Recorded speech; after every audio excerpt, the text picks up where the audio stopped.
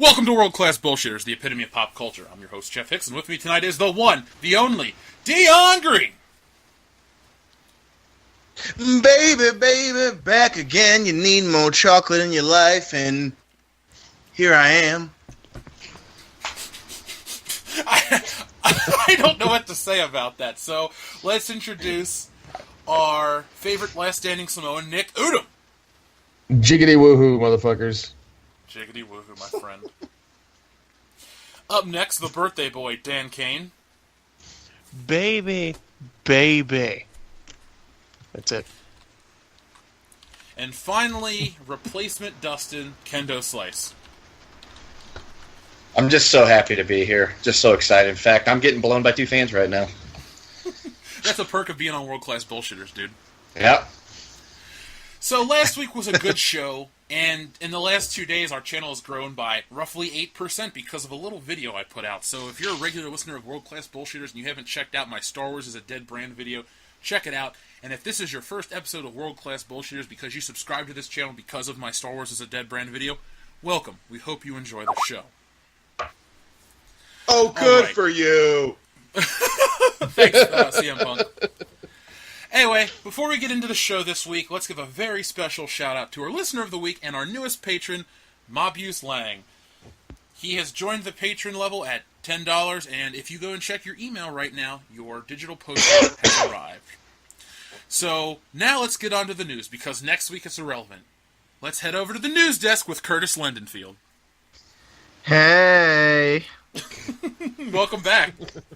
Oh, hi, Mark. I had a couple weeks off, Jeff, and I really wanted to touch up on my writing skills, and I was dealing with double entendres. Now, if I understand it correctly, a double entendre is when a phrase has two meanings, right? Correct. I think so. Like, hung like a black guy. Jeez. It's a little on the nose, but okay. All right, let's get to the news here. James Cameron has been talking about rebooting the Terminator series, and now it seems officially that Arnold Schwarzenegger will be involved in some way. James Cameron said his vision involves having Arnold be in human form and serving as the prototype for the eventual robots, which isn't that what they did in Terminator Salvation? Yeah. And Yeah. Because James Cameron played it off like it was this profound thought that he had for a way to really make sense for Arnold to be there, but that was done like a decade ago. Why doesn't he just... Oh, you mean like the same guy that thinks the sequel to fucking Avatar is going to be great has a shitty Terminator idea? Who the fucking thunk? How much, I'm just curious, all of you, how much would it take to pay you to go see a new Terminator movie? You naked and pictures of you doing cocaine off some hooker's ass? I'd watch Terminator over that. Check your email. That's too rich for my blood. Yeah, no such thing, because I refuse, and I'm not gonna say this is Zack Snyder level angry, but the fact that fucking and all the fans out there who've listened know exactly what the fuck I'm talking about. You know how I get when I talk about Zack Snyder, and I'm almost there with James Cameron. The fact that one, he gave us this bullshit about Avatar, literally, was it 3-4 months ago, and now, here's this half-cocked idea about Terminator because someone asked me about it. I'm not buying it, James. I'm not fucking buying it. So you can look me in my beady brown eyes and this black chocolate skin. I'm not fucking buying it. So I guess Dion isn't going to watch it. Well, that's what I gathered. Also, after 18 avatars, I think he's going to be dead. He's not going to be able to make Terminator like 87 or whatever the fuck he's doing. And let's be honest with ourselves, Dion, you'll watch that shit as soon as I come to visit. No, hey, there's a difference between us watching it illegally and or illegally than us paying money. Because I refuse. And this is me being 100% serious. I treasure our friendship a lot more than I treasure fucking my fandom to James Cameron, and that's saying a lot because you, especially you and fucking actual Dustin, whatever his name is, you know how I feel about the Terminator movies, and this motherfucker is literally and outside of Star Wars, this is the most blatant cash grab. Like, this is him. He clearly he has no script. He hasn't even thought about it. But the fact that they asked him, "Oh, well, I'll drum up enough concern and curiosity about this franchise until I come up with something," it's insulting. It's kind of sad if you think about it, though, because it's just a money grab, and it's like, hey, we can't sell you a Terminator movie without Arnold Schwarzenegger, so we'll have Arnold Schwarzenegger. Yeah, I smell drunk commentary. We need to make some more of those soon. Yes, we do. I agree. So Deanne brought up Zack Snyder, which is a nice segue into the next two pieces I have, and they're both about Justice League. Ooh. And they're both about the tone of the film. Now, who was it here? Let me... Ben Affleck says that the Justice League's filming is a little bit unorthodox, but he's satisfied with the two styles of Joss Whedon and Zack Snyder coalescing. And then we also have the guy who's playing Cyborg's dad, who in the movie is called Dr. what? Silas Stone? You mean Miles Bennett Dyson from Yeah, I was like, Miles! I don't know if I can... Anyway, I'm not gonna let you do it. I'm not gonna let you fucking do it, you motherfucker. But he, that actor said that he did some reshoots, with Joss Whedon as well, and he says that he's satisfied with it. To me, it seems like blatant PR, like damage control. What do you guys think? Oh, it's PR. Yeah, because what an actor says, they're happy with it. It doesn't mean fuck all. It really doesn't mean bullshit. It depends on the director and even more so the production company and DC and WB. It depends more on them than anything else. If they like it, if they can use it, if they think it's good. If not, they'll reshoot it or reshoot it until they're satisfied or until we're just fucking tired of it. Well, they're gonna have to keep or they're gonna have to stop at some point because it's got to come out in November. So it's not like they're gonna push it back. Because dude, they can't now. If they push it up against Star Wars, they're done. Oh yeah. I mean, that train's on fire coming down that fucking hill. Like it's on its way. I'm looking forward to that, though. I want to see Justice League as a curious observer, not as a fan at this point. Not as a fan of DC Comics as a whole, the Justice League cartoon, Batman, Superman as great characters, even Wonder Woman from the movie was great. I'm just curious to see how big of a dumpster fire is going to be up on screen, and if we can have moments like we have in Fan Four Stick, where it's like, 1 minute the Invisible Woman has her real hair, the next scene she's wearing a wig. Like, I'm wondering if we're going to see moments like that in Justice League, and I'm going to laugh if that's true. Oh man, I'm hoping for some like fucking boom pole mic action going on. Like I want that to happen. Did I ever tell you about my time when I saw The Happening, where all the boom mic was in frame? What happened was, like, you know how they mapped the movie for the cinema? Yeah. Whoever was showing it at the MSU screening fucked it up, and it was slightly like off center, and so like the shit that was above the mat was visible, and we couldn't stop laughing at it. It was just the most technical clusterfuck I've ever seen in a movie, and it made me enjoy that movie. Oh my god, that makes me so happy. Who all here had watched Glow on Netflix? I did. Guilty. I watched a few episodes. I haven't seen it. Did you see the nude leaks? The nude leaks? Yeah, Alison Brie's cell phone was hacked. Yeah. Ooh!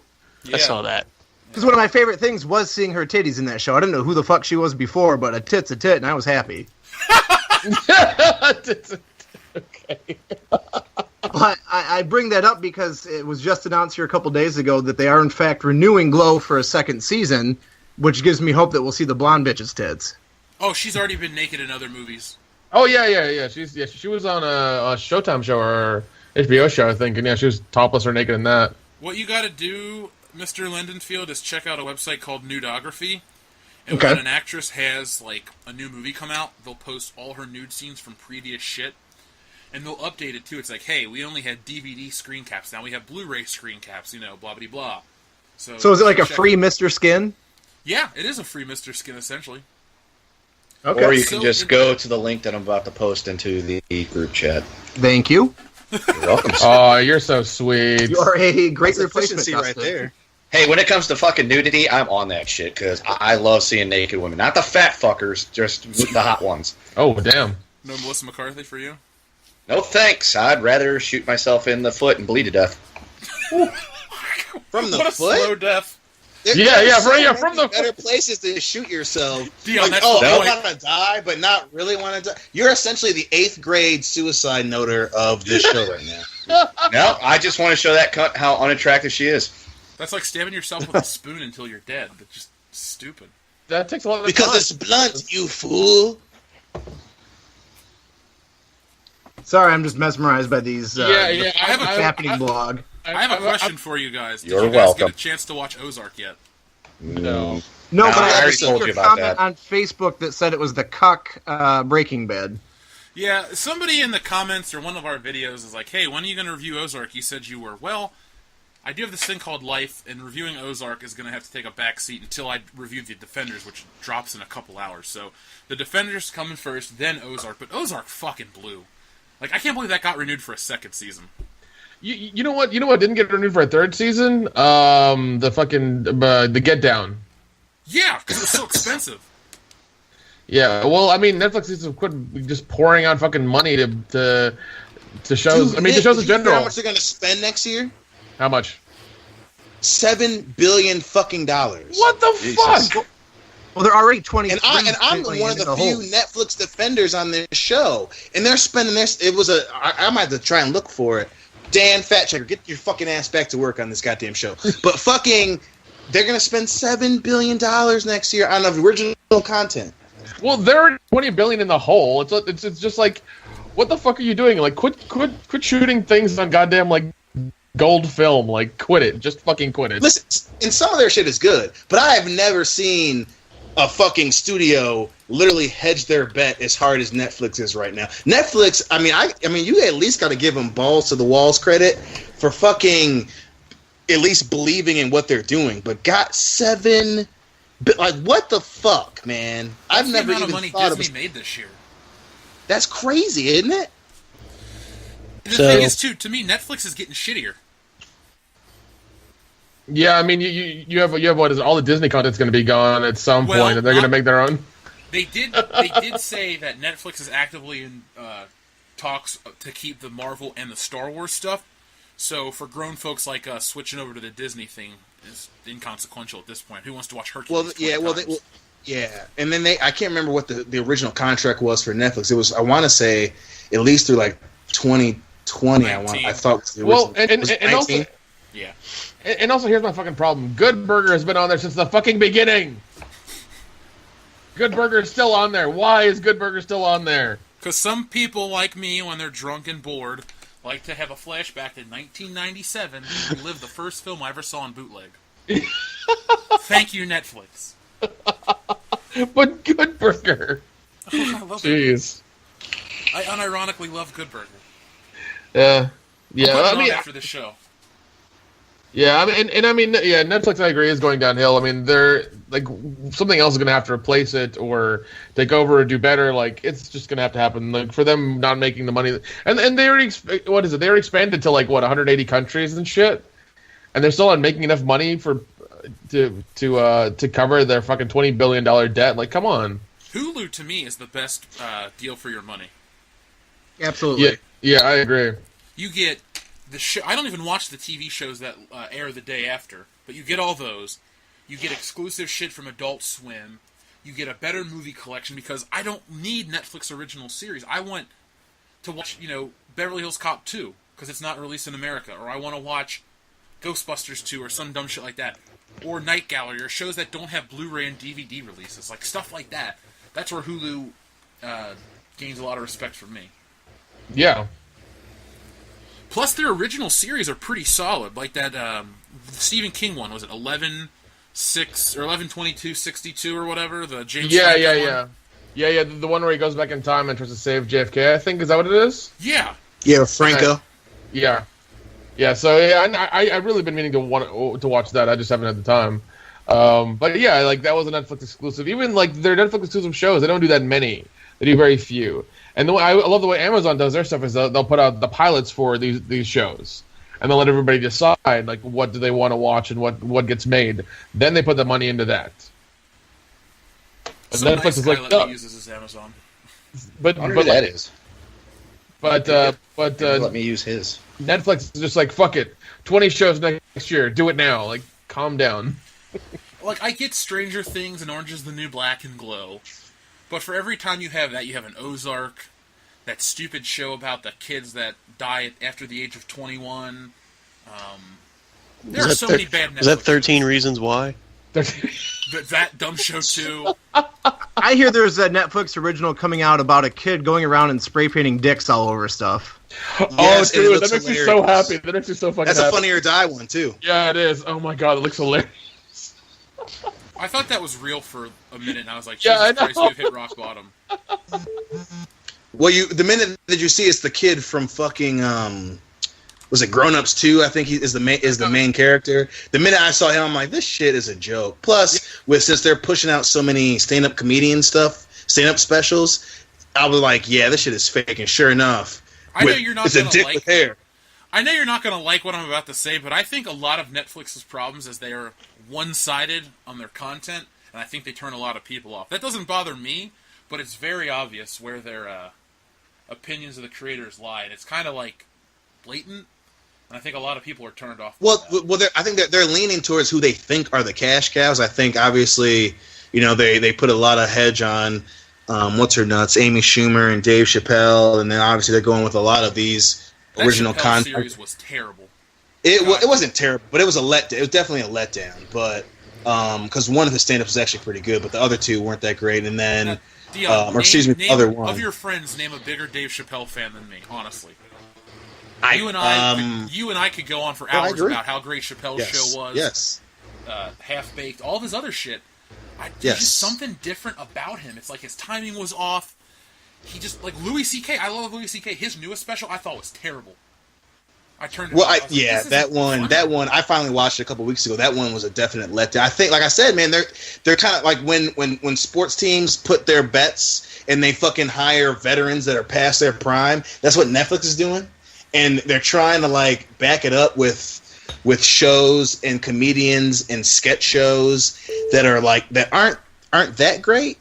You know what I mean? So it's like Netflix is, well, we're trying to move forward, but we're gonna hold on to the past as hard as we can for money. Would you say Louis C.K.'s though out of his prime? That hurt me to hear you guys speculate on that. He is not even anywhere close to being out of his prime. He's the fucking man.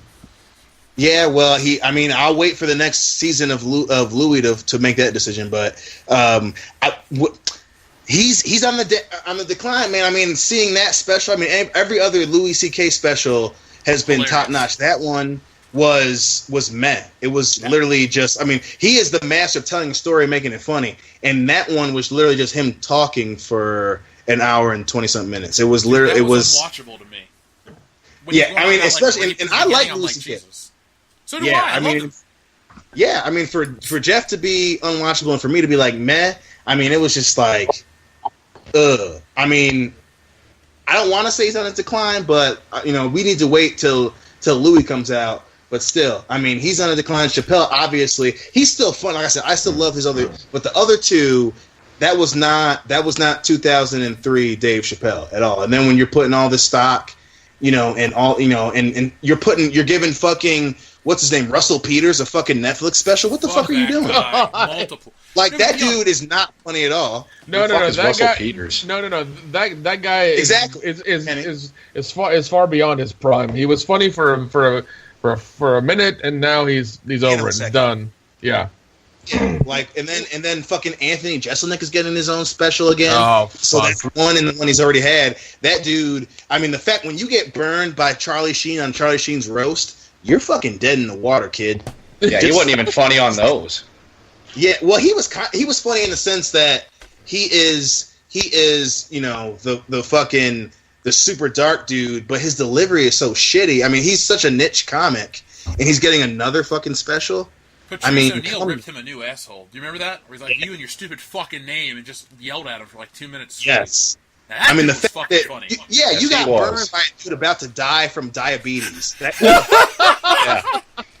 That's like by Phil. That's like Nick getting burned by Phil. Exactly. Like what? Like we would look at Nick like, you just gonna let that fucking happen, bro? No. I would. Yeah, Cut off his other fucking foot. Yep, that's exactly what happened. Be like, who's laughing now, Phil? I got your other foot, motherfucker. Yeah. Yeah, and don't get me wrong. Like Frontier, I thought was really good, But again, you can't keep hedging your bets on these shows that are good, but not. When you're putting billions of dollars on the line, and the shit you're coming out with is meh to pretty good, you have to fucking. I Don't mean, tell me I don't know. Santa Clarita Diet was pretty good. It was okay. I wouldn't say pretty good. Santa Clarita was okay. The first few episodes, and again, that's a great point because even as pretty good as Santa Clarita was, you had an opportunity to put a bunch of money in the hands of Timothy Olyphant and Nathan Fillion, and you killed Nathan Fillion in the first episode. Yeah, that's an example of character. And plus, the combination of Nathan Fillion and Timothy Olyphant was hilarious. Why the fuck wouldn't you make a whole series based on that? A guy with his wife and the dude that wants to fuck her? Are you serious? And God, it's Nathan Fillion. Holy shit! Come on. That motherfucker is ever since Castle ended, that motherfucker is looking for a series to hang his hat on and to retire. And you just kill him in the first episode? What the fuck? Well, him and Barrymore. Him and Alan Tudyk are doing their own show called Con Man, and it's fucking hilarious. I got it. And it's on like, what is it, Con HQ TV channel or some bullshit like that. And I think Sci-Fi's grabbed it, which is good for them. But Netflix doesn't have it now, so they're fucked. Netflix should have. Yeah, and like I said, like as much as I love Netflix's documentary channel and their foreign movie library, like you need to step your game up, and you're fucking hedging $7 billion on original content, dude. You need to get your shit together, buddy. Go build your backlog library. I mean, exactly. When I joined Netflix, you had every fucking TV show you can imagine. I fucking sat through Family Ties, which was the most basic 80s sitcom, but I watched it because it was there, and I gave them like 100 hours of my time. So if Netflix could just go back and give old shit or good shit, like it doesn't have to be super old. Like I like that the Marvel movies are there. Saves me $20 or $30 per Blu-ray. Rogue One's there. Hell, I've watched Police Academy 6 times. Like, I don't give a fuck about Stranger Things outside of one viewing. Like, those things don't keep me subscribed. The old shit is what keeps me subscribed because it saves me from buying a Blu-ray. Oh, fair enough. I enjoy the new stuff. Like I said, I enjoyed Stranger Things to a point. I enjoyed Frontier. Overdark, whatever the fuck it's called. I thought was interesting enough, but you can't. Yeah, whatever. You can't compare to what else is out there. You can't put out stuff when you're spending the amount of money that you're spending, and you're spending $7 billion fucking dollars. You can't have okay content. You have to have great content, and you're not going to have an ongoing season of Marvel and Orange is the New Black, even though it's not that fucking good, and all this other stuff. You have to have great stuff, and I'm not seeing it from Netflix. You can't lean on documentaries and overseas stuff, and occasionally coming out with shit once a month. You have to put the fucking tires to the road and come up with good stuff. Well, here's the thing I'm thinking of. You remember how they changed the rating system from the stars to the thumbs up, thumbs down? Yeah. What if they did that because it shows the ratings differently whenever they show investors? Because instead of just showing like a 5-star rating for like a 1 to 5 star rating for something, and you get somewhat accurate result, you get either a yes or a no for it. So there's a bunch of yeses for it. It looks better than just a bunch of than a movie show looking like it's only 3.5 stars or 3.2 stars or 3 stars. Well, there was a controversy about Amy Schumer because when everyone was shitting on her Leather special, then all of a sudden Netflix changed their thing. So there was a rumor, if you will, or a conspiracy about they changed it to not, to make it look good to those people. I agree, though. It could be that they changed the rating system to look better to investors because maybe, they're real secretive. Like, we don't know where their locations are and all this other shit. It's like, maybe they're bleeding, they're hemorrhaging money, and we just don't know to what extent. So they keep everything, like it's like a nice veneer, like, hey, Netflix is doing great, but in reality, Netflix is barely hanging on. Oh yeah. I mean, they have like 3 Raspberry Pis running the whole goddamn thing or something. See, the thing is, I don't want anything to happen to Netflix. I don't want them to go away. I just want them to go back to how they were in 2010. Yeah, and I mean, I read an article as well. Like they've gone to 1/3 of the original backlog of stuff.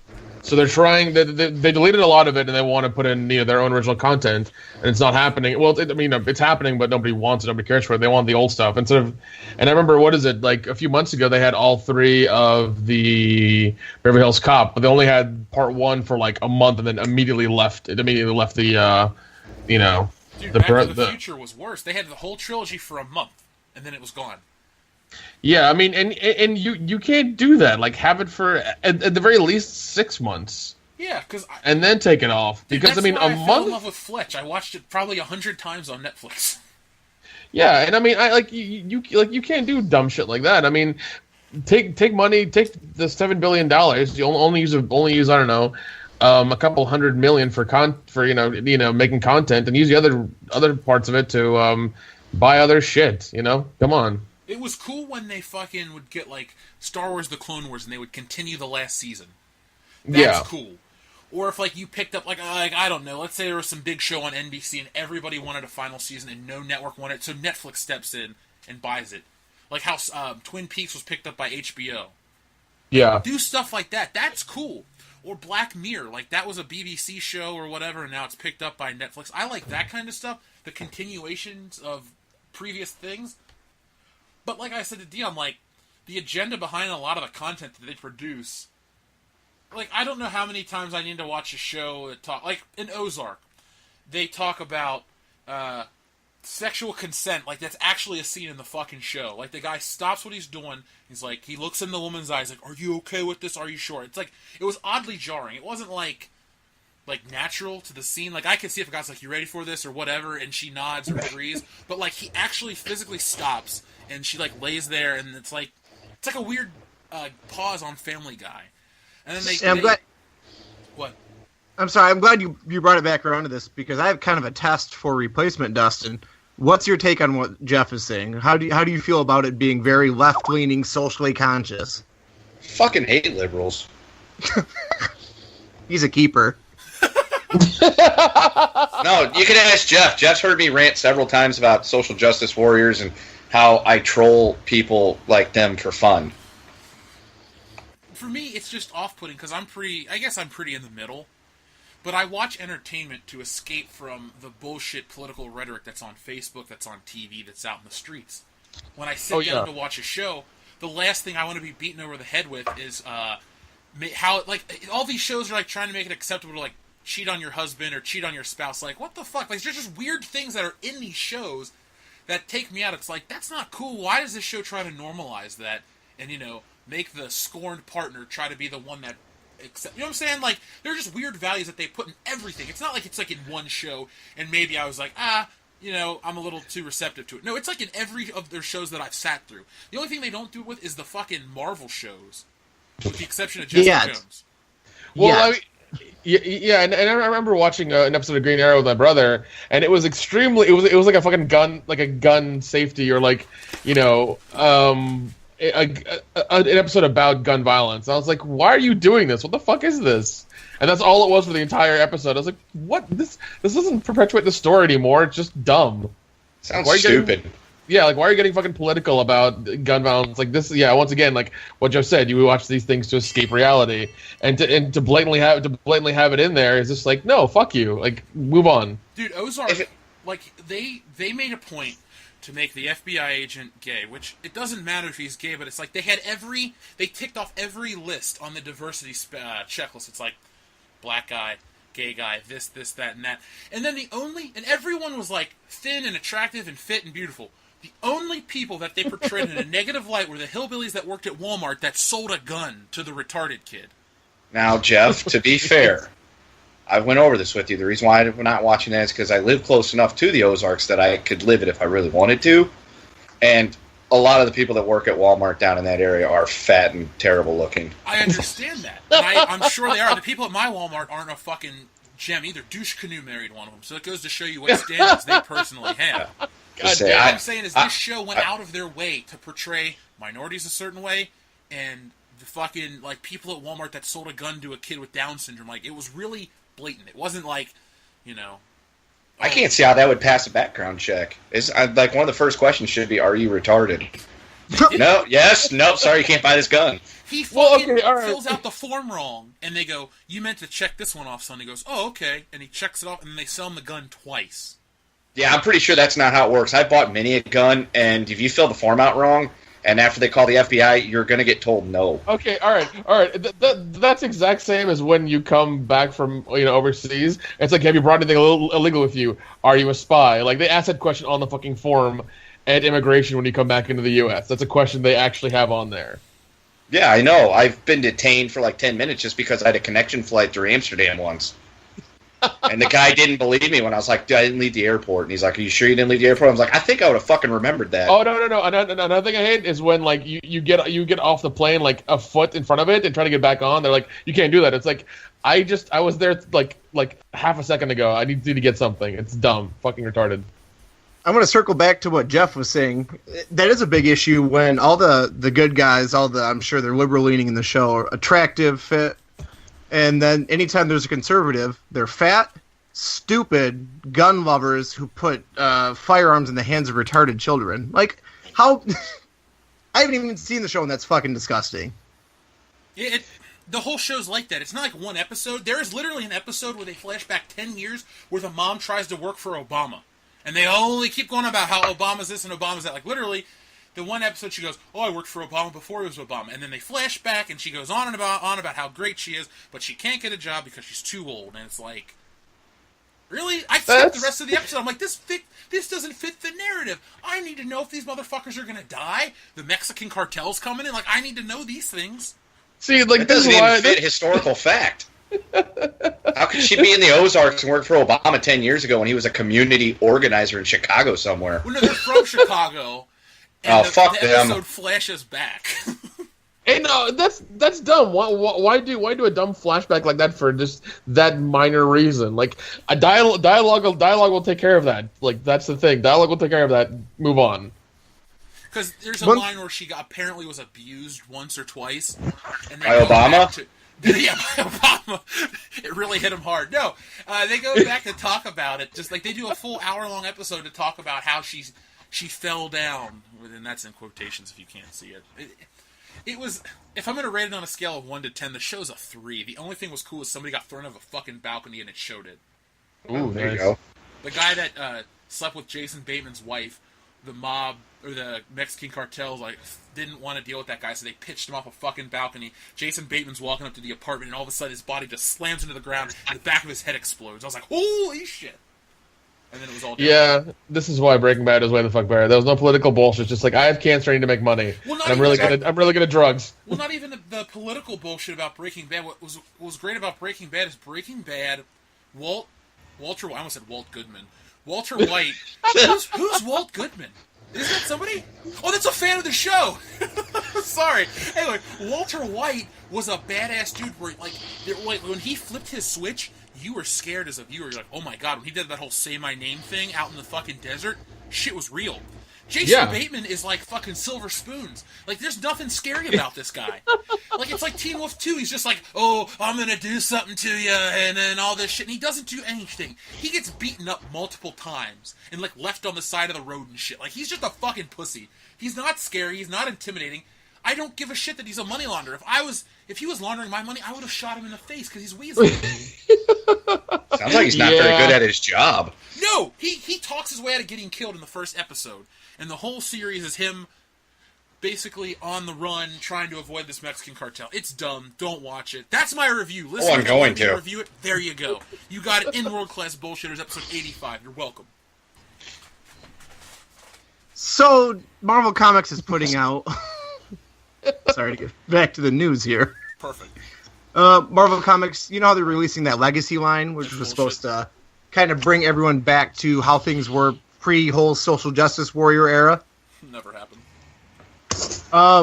The very first issue of Marvel Legacy is 1 million BC. And it's a bunch of superheroes forming the first Avengers in 1 million BC. I saw that. I saw the poster for that. It includes Odin, the Sorcerer Supreme, Iron Fist, Ghost Rider, Black Panther, Starbrand, and Phoenix. It's got to have Black Panther. Wait. Why would he... Okay, so... Did they time travel? Hold on. Yeah, exactly. How the fuck does this happen? Black Panther, yeah. Because Black Panther is based out of Africa. Even though Wakanda's fictional, 1 billion BC or 1 million BC, it would be like Pangea. and there wouldn't be a Wakanda. Yeah, it's not going to be Africa. Why it's going to be whatever. That's why I went to him specifically, because it's like I could see like Odin and like the spirit of Ghost Rider, but are there humans in 1 million BC? No, there wouldn't be. I don't know. I'm not from there. What is it? Dinosaurs? Is it fucking Devil Dinosaur and the Power Rangers Zords and other dumb shit? Like, this sounds stupid. Well, good. We all agree. Yeah, idiotic. So, more Marvel news. Sorry about that. Nick Fury, Samuel L. Jackson, was interviewed recently on a couple different platforms, and he sounded pretty angry because he's not going to be in Avengers 3 or 4 or the Black Panther.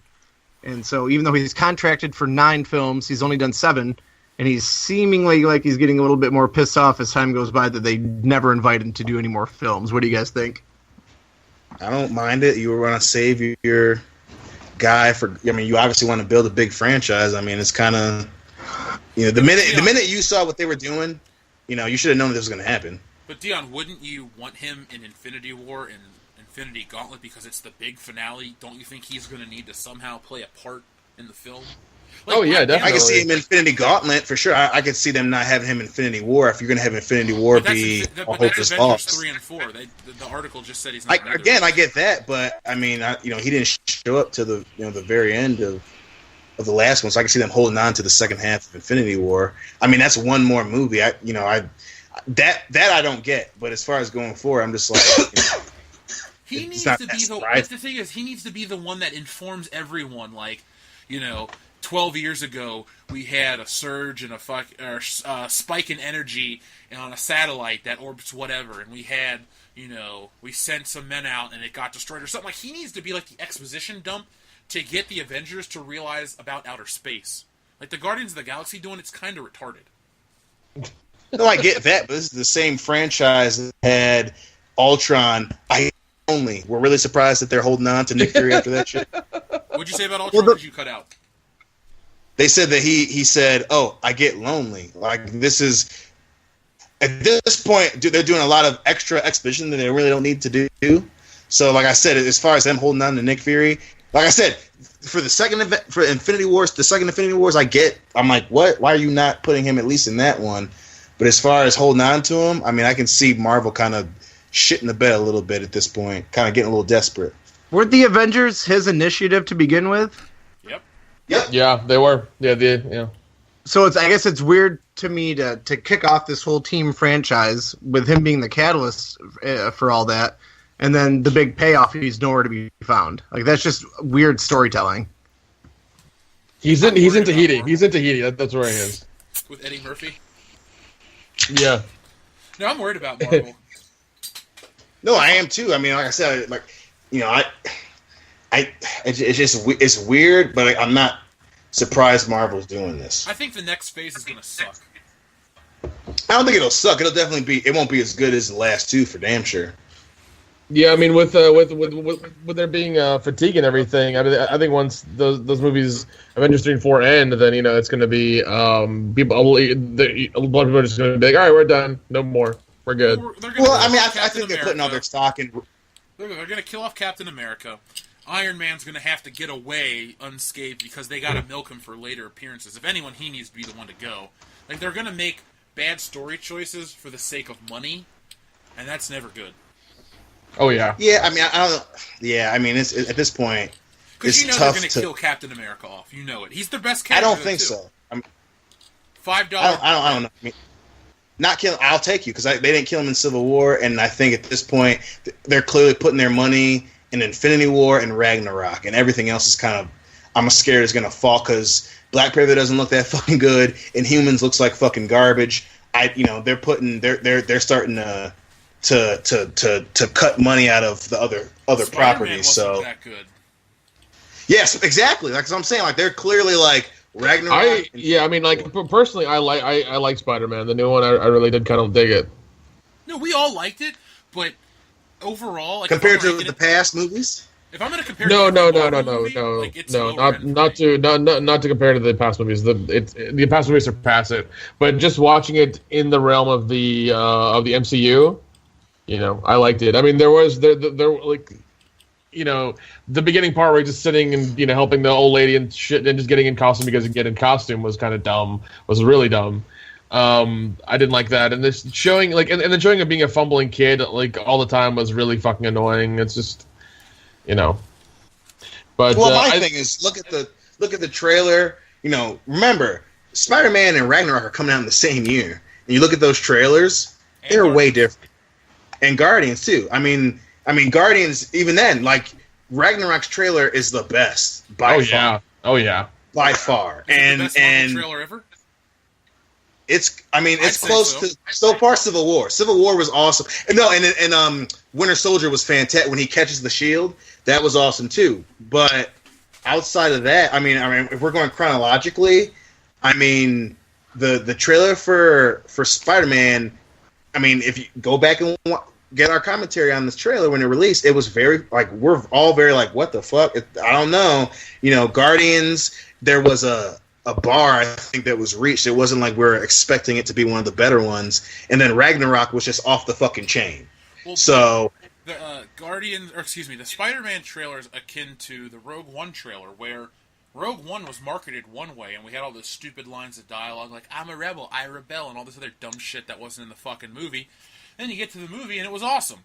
Same with Spider-Man. Right. Spider-Man was marketed as a stupid teen drama with shitty fucking music. They didn't play any of those stupid fucking songs. They didn't do any of that stupid shit. It was presented as a real Marvel movie. I liked it, but to me, it was lower end. We're talking... I like Doctor Strange, I think, more. I like that's what I'm saying. So America more. And so in 2017, would you assume that Ragnarok's going to be better or worse than Spider-Man? Better. Jeff of 2017 based on the trailer. Based on the trailer, I think Thor Ragnarok's going to be the best Marvel movie since the first Avengers. No, sorry, no. Yeah, because I like Civil War and Winter Soldier. Since Civil War. Yeah, so I'm just saying. I think it's very clear that they're kind of okay, we're reaching the end. We're going to put a lot more stock in certain films than others. Some films are more filler to go on to shitty franchises like Spider-Man. It's starting to get a little apparent for me. Clearly, some shit you care about, some shit you're okay, let's just get it done, get it really well, and then just get the filler shit in between. Well, the thing with me is, all these franchises, with the exception of James Bond, they're getting fatigued because I know James Bond's my favorite, but James Bond is one story, and then it's a completely different story. It's not a continuation.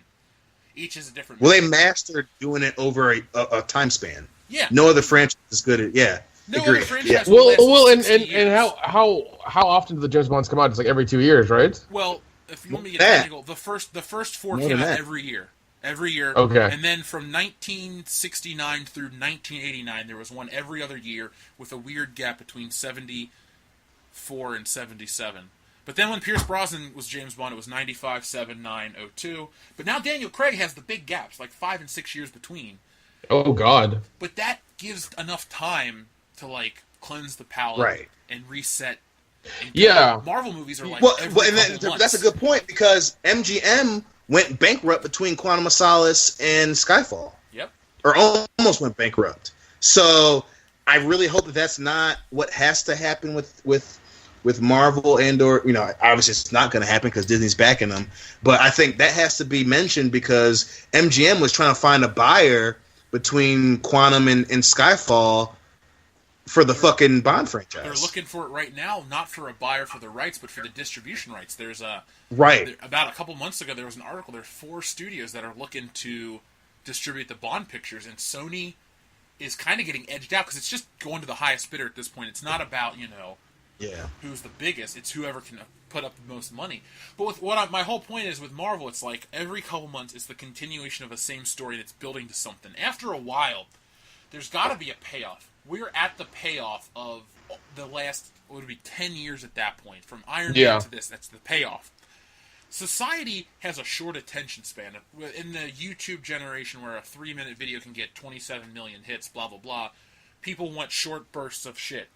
This is it. Afterwards, the story's over. People aren't going to, rebuild and get ready for more. Exactly. Because Captain Marvel, I don't care if I offend any 3 women that listen to the show. Captain Marvel's not a B-list character. She's a D-list character. You know why Captain Marvel's known to people like Dion and I? Because she gave fucking Rogue her powers from the X-Men. That's why she's fucking relevant. Not because she's this great character that you people are going to say, oh my god, I've been a Captain Marvel fan for 20 years and blah, blah, blah. Bitch, she was in a fucking coma for most of her career. Don't give me this shit about how you're such a fan and you respect the character. Because no one does, because it hasn't been respectable. Yeah, well, and also, like, how many fucking cosplays have you seen of Captain Marvel? Like, come on. You get the chicks that are afraid to show skin that'll do, like, the fucking butch Captain Marvel with the short hair and the costume up to your collar. I was going to ask if she was the one with the dyke haircut. Yeah, that's recent. Yeah. That's recent. We remember her from Civil War, where she had the long blonde hair, the fucking black suit, and the sash. Yeah, and her awesome thighs and her big rack. And made zero sandwiches. Huge, super high boots.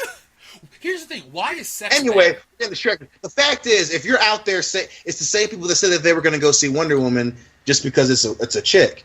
You're not going to do it. You know, it's just But Wonder those Woman people has brand recognition. Wonder Woman has not brand only that, they're recognition. just not. Yeah, they're not 75 years old. Mm-hmm. She looks good. Yeah, she does look good for 75, but that character is an established household name. My grandma knows Wonder Woman. My mom knows Wonder Woman. I know Wonder Woman. So that's 3 generations of my family that are aware of Wonder Woman. I know Captain Marvel. No one else, in like generationally, will know Captain Marvel. They may know Shazam Captain Marvel, the big red cheese, but they don't know Carol Danvers. She's not that fucking popular. And before you come out saying that they didn't put the same thing behind Captain Marvel, Marvel as a comic book company is known for if it's sold, they push it. So if she were that popular back then, she'd be up there with Rogue and Storm and Jean Grey. Like Dracula and Godzilla comic books because they were popular. So what you're saying is 100% accurate. Exactly. Like and even DC, like they, it's not like we don't think. No, if you bought them, they fucking push the character. Like, it's just, that's how comic books work, bro. But not anymore, because they are on a fucking political agenda. They will sell... Technically, they still work that way, because Marvel's... They're taking a lot of shit off their face. No, dude, go check out a YouTube channel called Comics and Diversity. The dude is really good. Check out another channel called Captain Cummings. Like, those 2 dudes will break down the sales figures, and they will talk about how Marvel prints books... and they put their agenda in them, and people don't buy them, but they publish them out of spite. Like, there's this book called America Chavez. It is the fucking dumbest comic book ever. Like, she's an angry, pissed-off, brown Latina lesbian who comes from a planet where hell of a combination. She has 2 moms, and the 2 mothers can genetically create a child. And she goes back and she shits on Agent Carter and Captain America in World War II. She's the most irreverent fucking character that exists. It's a dumb premise, and they keep publishing it. It doesn't even. Wasn't it the one where a bunch of fans signed a petition to get them to discontinue her? That might be it, but I'll tell you this: the only books that are selling. Oh God, please tell me that's real. Dude, like Spider-Man sells, that'd be awesome. And Star Wars sells, and that's really about it. And then Star Wars is guilty of this SJW shit too in the comics because they're pushing this character called Dr. Aphra. Do you guys know Dr. Aphra? No, and we're all big Star Wars fans. Yep. We're talking like Dion and I and Curtis Lindenfield. We can quote fucking lines of dialogue and read. And yeah, I was lying when I said yeah. Oh, you're not a Star Wars fan? No, when you said I was like, yeah, I know who she is, but I was being sarcastic. Okay, cool, because you don't. But the thing is, they're so like gung ho on this agenda that like they're pushing an action figure out for her, and she has her own series. But she's not really the lead in her own series. Han Solo is, so they just keep selling. Like, hey, female lead, but we gotta have Han Solo in it. It's so dumb. Like, entertainment is at a really bad point. Yeah, it is. Hey, Dan, how are you enjoying your birthday? I think he doesn't want to respond to original Dut. He's like, fuck that. Yeah.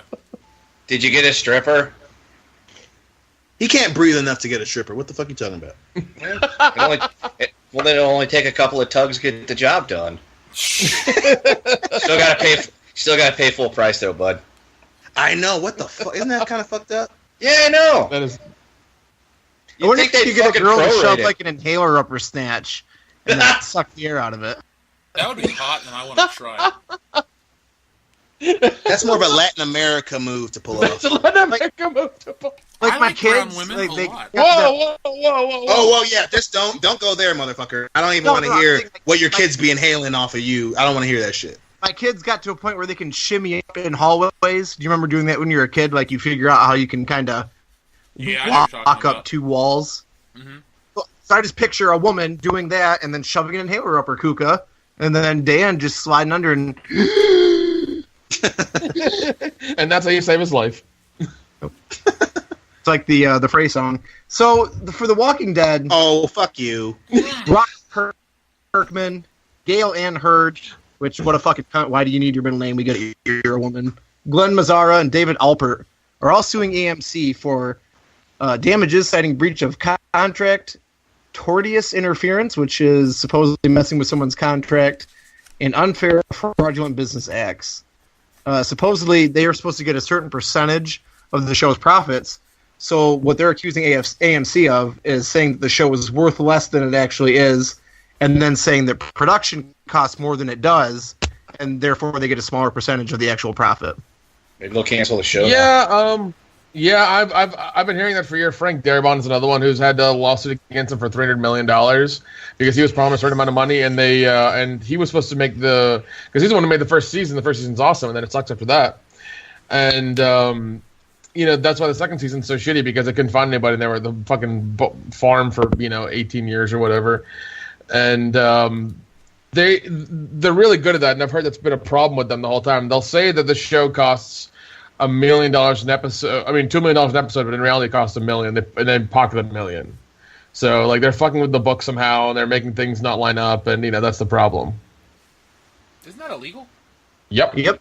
Sounds like it. Technically, but AMC's been doing that for a while. Actually, that's one reason why Mad Men took so long between the 4th and 5th season because they kept fucking pulling shit like that. Not the exact same thing. But AMC's notorious for doing that shit. But isn't I mean, 20th Century Fox production that AMC it is airs? Yeah, it is, and that's why like fucking Walking Dead is their golden child because I want to milk it for all it's worth until it dries up and becomes nothing because that's just what it is. That's why they're really gung ho on making sure that they can get as much money out as they can. I mean, hell, they started their own convention circuit because of it. Walking Dead is the fans are just as bad as the fucking show, Nick. You and I have worked conventions. You know what's up, dude. I know. And I've been there when they mentioned when we mentioned zombie stuff, and they're like, "Oh, Walking Dead." We're like, "No, man, like Night of the Living Dead." And they're like, "What?" Return and as soon as they say Dead is that movie I go to. Yeah, and it's and that's still early. And that's still in that realm of the early zombie movies. But when you don't know those, especially when you don't know fucking Return, where the whole brains thing started. Go fuck yourself and actually watch some goddamn, good content instead of your bullshit zombie show. Curtis, have you seen that movie? Which one? Return of the Living Dead. Did we watch that when we were going through our zombie movie phase? We did not. I did not see that until I was at a Best Buy and I picked it up for $5 on Blu-ray. Okay. You need to desperately you need to watch that movie. That is I know Nick loves it, but I say it's the best zombie movie ever made. It's fun. It's gory. It's got a bottomless dance from a woman. It's nice. That's Linnea Quigley is that dance you're talking about. I'm sold. Right up into my face. Yeah, Kendo, you need to watch it for real. I'll have to ask my movie supplier guy. Hold on. Am I smelling again another drunk commentary? Whenever you guys want to do that, I got the Blu-ray. We need to do that one. What we should do is we should start getting ready for Schlocktoberfest because it's August. If we can get 5 drunk commentaries, I can release those over the month. And then we can do a couple videos, and the month of Shocktoberfest is covered. We already have one planned. Yeah, dude, I'm down. We still need to do Blob. We still need to do the Blob. Oh, dude, I want to do the Blob. That is the best creature-featured gore fest movie I've ever seen. Yeah, it's so it's about the remake of the original. Remake. The one we watched at WrestleMania. Okay, gotcha. The one that you passed out for. In my defense, I've seen it multiple times, but I was really fucking drunk. I spiked your drink, so it's. Yeah, I know the fact that you spiked your Everclear with more Everclear. Yeah, dude, I fucked you up. Exactly. The fucking fact that my best friend me is no. No, Jeff did that to me too. I fucking survived. I even went to WrestleMania the next day, as fucked up as I was. In Jeff's defense, you get white girl wasted a lot. So like we couldn't tell that you were getting fucking roofie. So Kendall, in the event you're looking for some Samoan booty, this motherfucker, none of us can tell. Kendall, you will get to experience this next year at WrestleMania. Don't worry, it's going to be the highlight of your life. Oh, I can't wait. Fucking cock swinging all over the place. It's gonna be awesome. Oh yeah. I don't. Nick doesn't want to fuck us, but he will if he has to. I mean, it sounds he won't be fucking us. We'll be fucking him, like prison style. A little bit of column A, a little bit of column B, brother. I'm gonna need my diamond encrusted butt plug again. I got you covered, Burrow. I got you covered. Thanks, man. Let's cornhole us a Samoan. What's our next news topic, sir? So, supposedly, the big news coming out of the Flash's standalone film is it's going to be based off of the Flashpoint comic. And fuck you, DC. Supposedly how DC is setting up having an alternate film universe with different people playing these same characters. Well, I've read Flashpoint. It's not as alternate as they'd like you to believe. Diana is still Wonder Woman. Arthur Curry is still Aquaman. The only big difference is that Superman's a fucking pencil-necked dweeb that's kept in a tube, and Batman is Thomas Wayne as opposed to Bruce Wayne, and the Martha Wayne is the Joker. So that's like if they're really just trying to get a female Joker, like they're gonna do. And it's the Flash family or whatever. It's the actual family instead of just the kid. Oh shit! Shazam fan. No, you got to talk about this before with where the kid died instead of the parents. Mm-hmm. So I kind of want to see that. Like I kind of want. My only problem is Nick. Okay. We saw Suicide Squad. We know exactly the movie that they're going to make with this, and it's going to suck. Oh yeah. We know exactly. Yeah. I don't care what anyone says. And Jeff and I went fucking crazy with a conversation at WrestleMania about fucking Flashpoint. I love Flashpoint. And remember, my hit on Zack Snyder stands. They will fuck this movie up. I don't care what anyone says. I don't care. Some dumbass had Suicide Squad in his top movies of 2016. What the fuck ever. But the movie fucking wasn't good. And the same motherfuckers are going to make Flashpoint, and it's going to be bad. But those same motherfuckers made Wonder Woman, which was awesome. Were they bad? I wouldn't say awesome. Hold on. What are they batting now? 1 for 5? Women. No. What are they batting now? Dustin, 1 for 5? Dion, 1 for 4? The truth that just came out of Curtis's mouth. I hate women, but I love this movie. That needs to go on the DVD box art. Yeah, not the Blu-ray, just the DVD. Shit. The next revelation is I love dick, but their fucking batting average is still what? 1 for 4, 1 for 5. My fucking faith ain't exactly being reinforced right now. Well, even then, as much as they said, best opening movie for an American white female director on this planet, it still doesn't matter because it was still the lowest performing movie for the entire DCEU. Plus, you had some of the best comic book stories of all time: Death of Superman, Suicide Squad, Batman vs. The Dark Knight Returns. And your best one, you have one of those that do really well and well received. You're not cutting so well there, buddy. Well, the thing with Wonder Woman, I think the reason Wonder Woman was actually a success, it wasn't because it was the first female superhero. Because let's be honest, Atomic Blonde's a flop. First female anything in America or the world really doesn't matter at this point. People are so over like, hey, it's the female version. It's like, look, we'll buy that Black Widow is even with Iron Man. Like it's not a stretch anymore. These are superpowered people. They can do shit. Like Princess Leia is equal to Luke and Han. Maybe she doesn't have the Force and she can't fly the fucking ship, but you know what? She's still equal to them as a character. Wonder Woman, instead of touting her as this like feminist icon on film, just present her as a good character, and they did that. In no way did they make her an SJW type of character. That's why I think Wonder Woman worked, because they kept their politics out of the movie. They let the audience bitch about it online any way they wanted.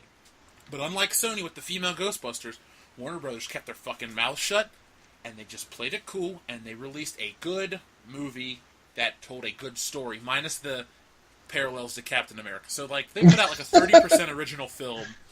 70% was a I almost said a rim job. A remake of Captain America: The First Avenger. Sorry, my mind is in the gutter. I had a really weird day at the gym today. But my point is, they did it right. That's why Wonder Woman was a success. Not because it was anything female-related. Or who gives a shit if a woman directed it? A woman directed Wayne's World. Does anyone really know that? No, you don't. I told you, though, when I found out that Billy Madison was directed by a woman, it dropped out of my top 1. Wait, Billy Madison was directed by a chick? Yeah. I didn't know that. All right. Yep. Makes you sick, doesn't it? No, because Wayne's World is one of my all-time favorite movies, and it's directed by Penelope Spheres. One of my amazing. favorite movies is Summer Party Massacre, and it's written and directed by 2 women, so it doesn't matter to me. It's still a good movie. Here's the thing.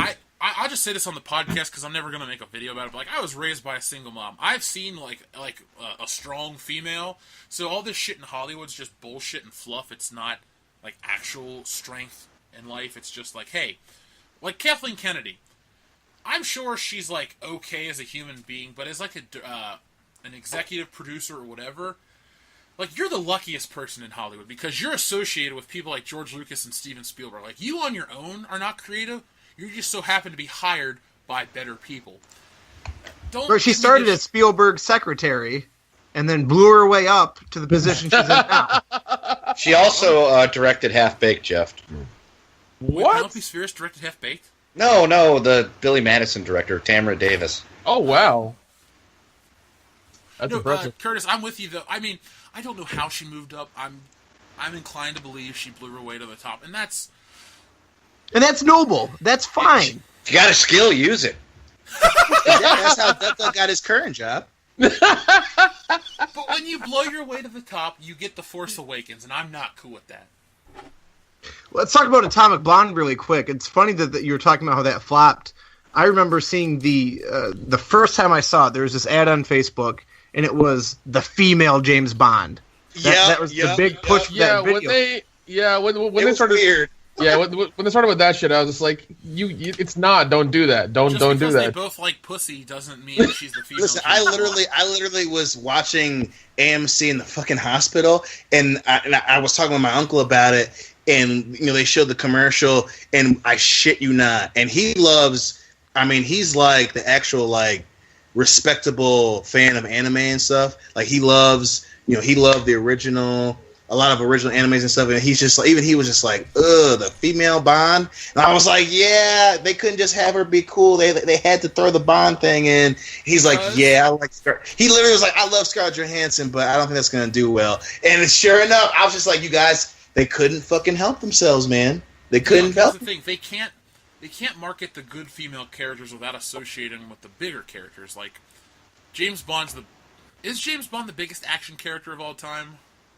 I'd say so. He's had the best long. He's up there. I mean, outside of. See, this sounds stupid, but I don't consider his shit action. I know it's full of action, but I consider that spy, and for whatever reason, in my mind, there's a separation. Like action is John McClane, Terminator.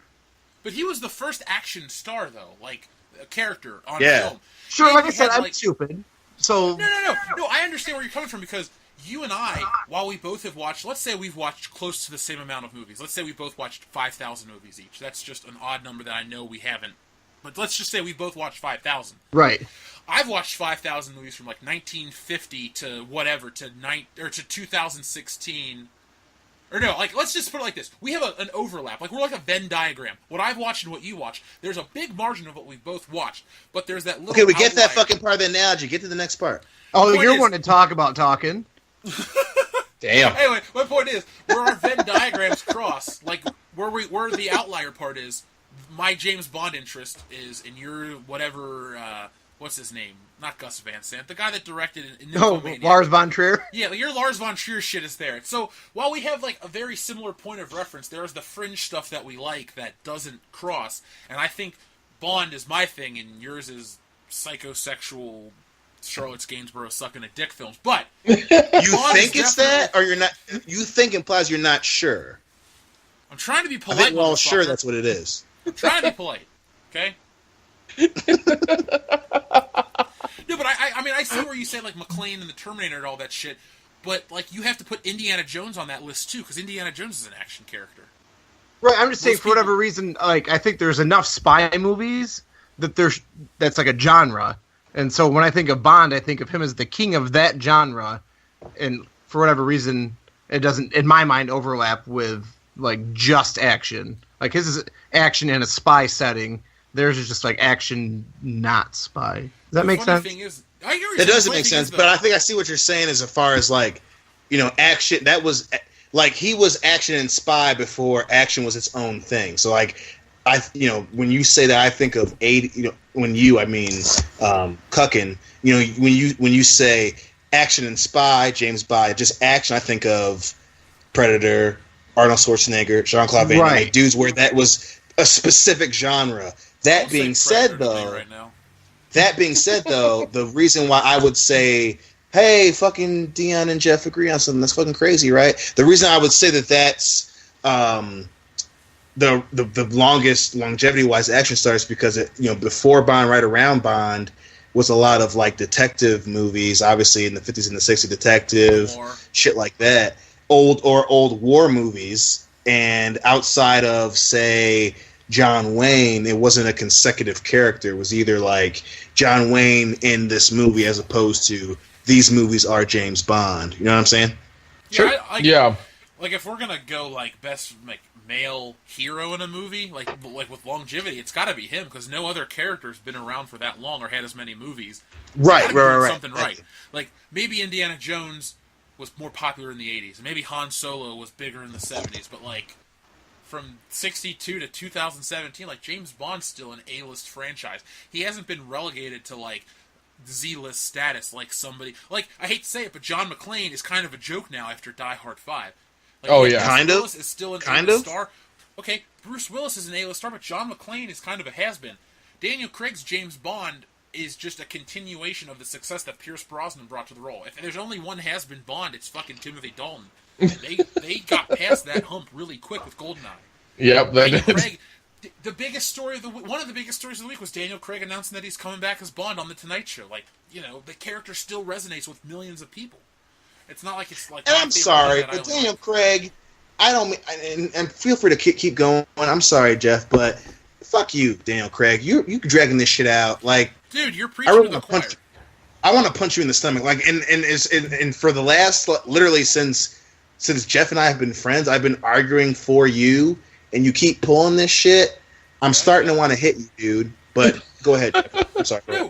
Dude, you know how I feel about Daniel Craig's James Bond. I don't feel like he looks enough like Bond. I'm not a big fan, but he has earned my respect as a longtime 007 fan through Skyfall, Spectre, and I want to see him finish whatever he's going to do. Yeah. Whatever her name is, Madeline, she's got to die. He's got to go over the edge. Like, from what I've heard, there's a rumor that it's going to be a remake of Honor Majesty's Secret Service, which is one of my favorite Bond movies. I'm receptive to that idea. I do think it's weird that they're going to remake a James Bond movie, but what I'm hoping is that after he's done, they go back to classic 007. Like, basically continue where a Pierce Brosnan one would have. New actor, they get rid of the whole mommy issues with M, and they just keep going forever. Like, just keep it going.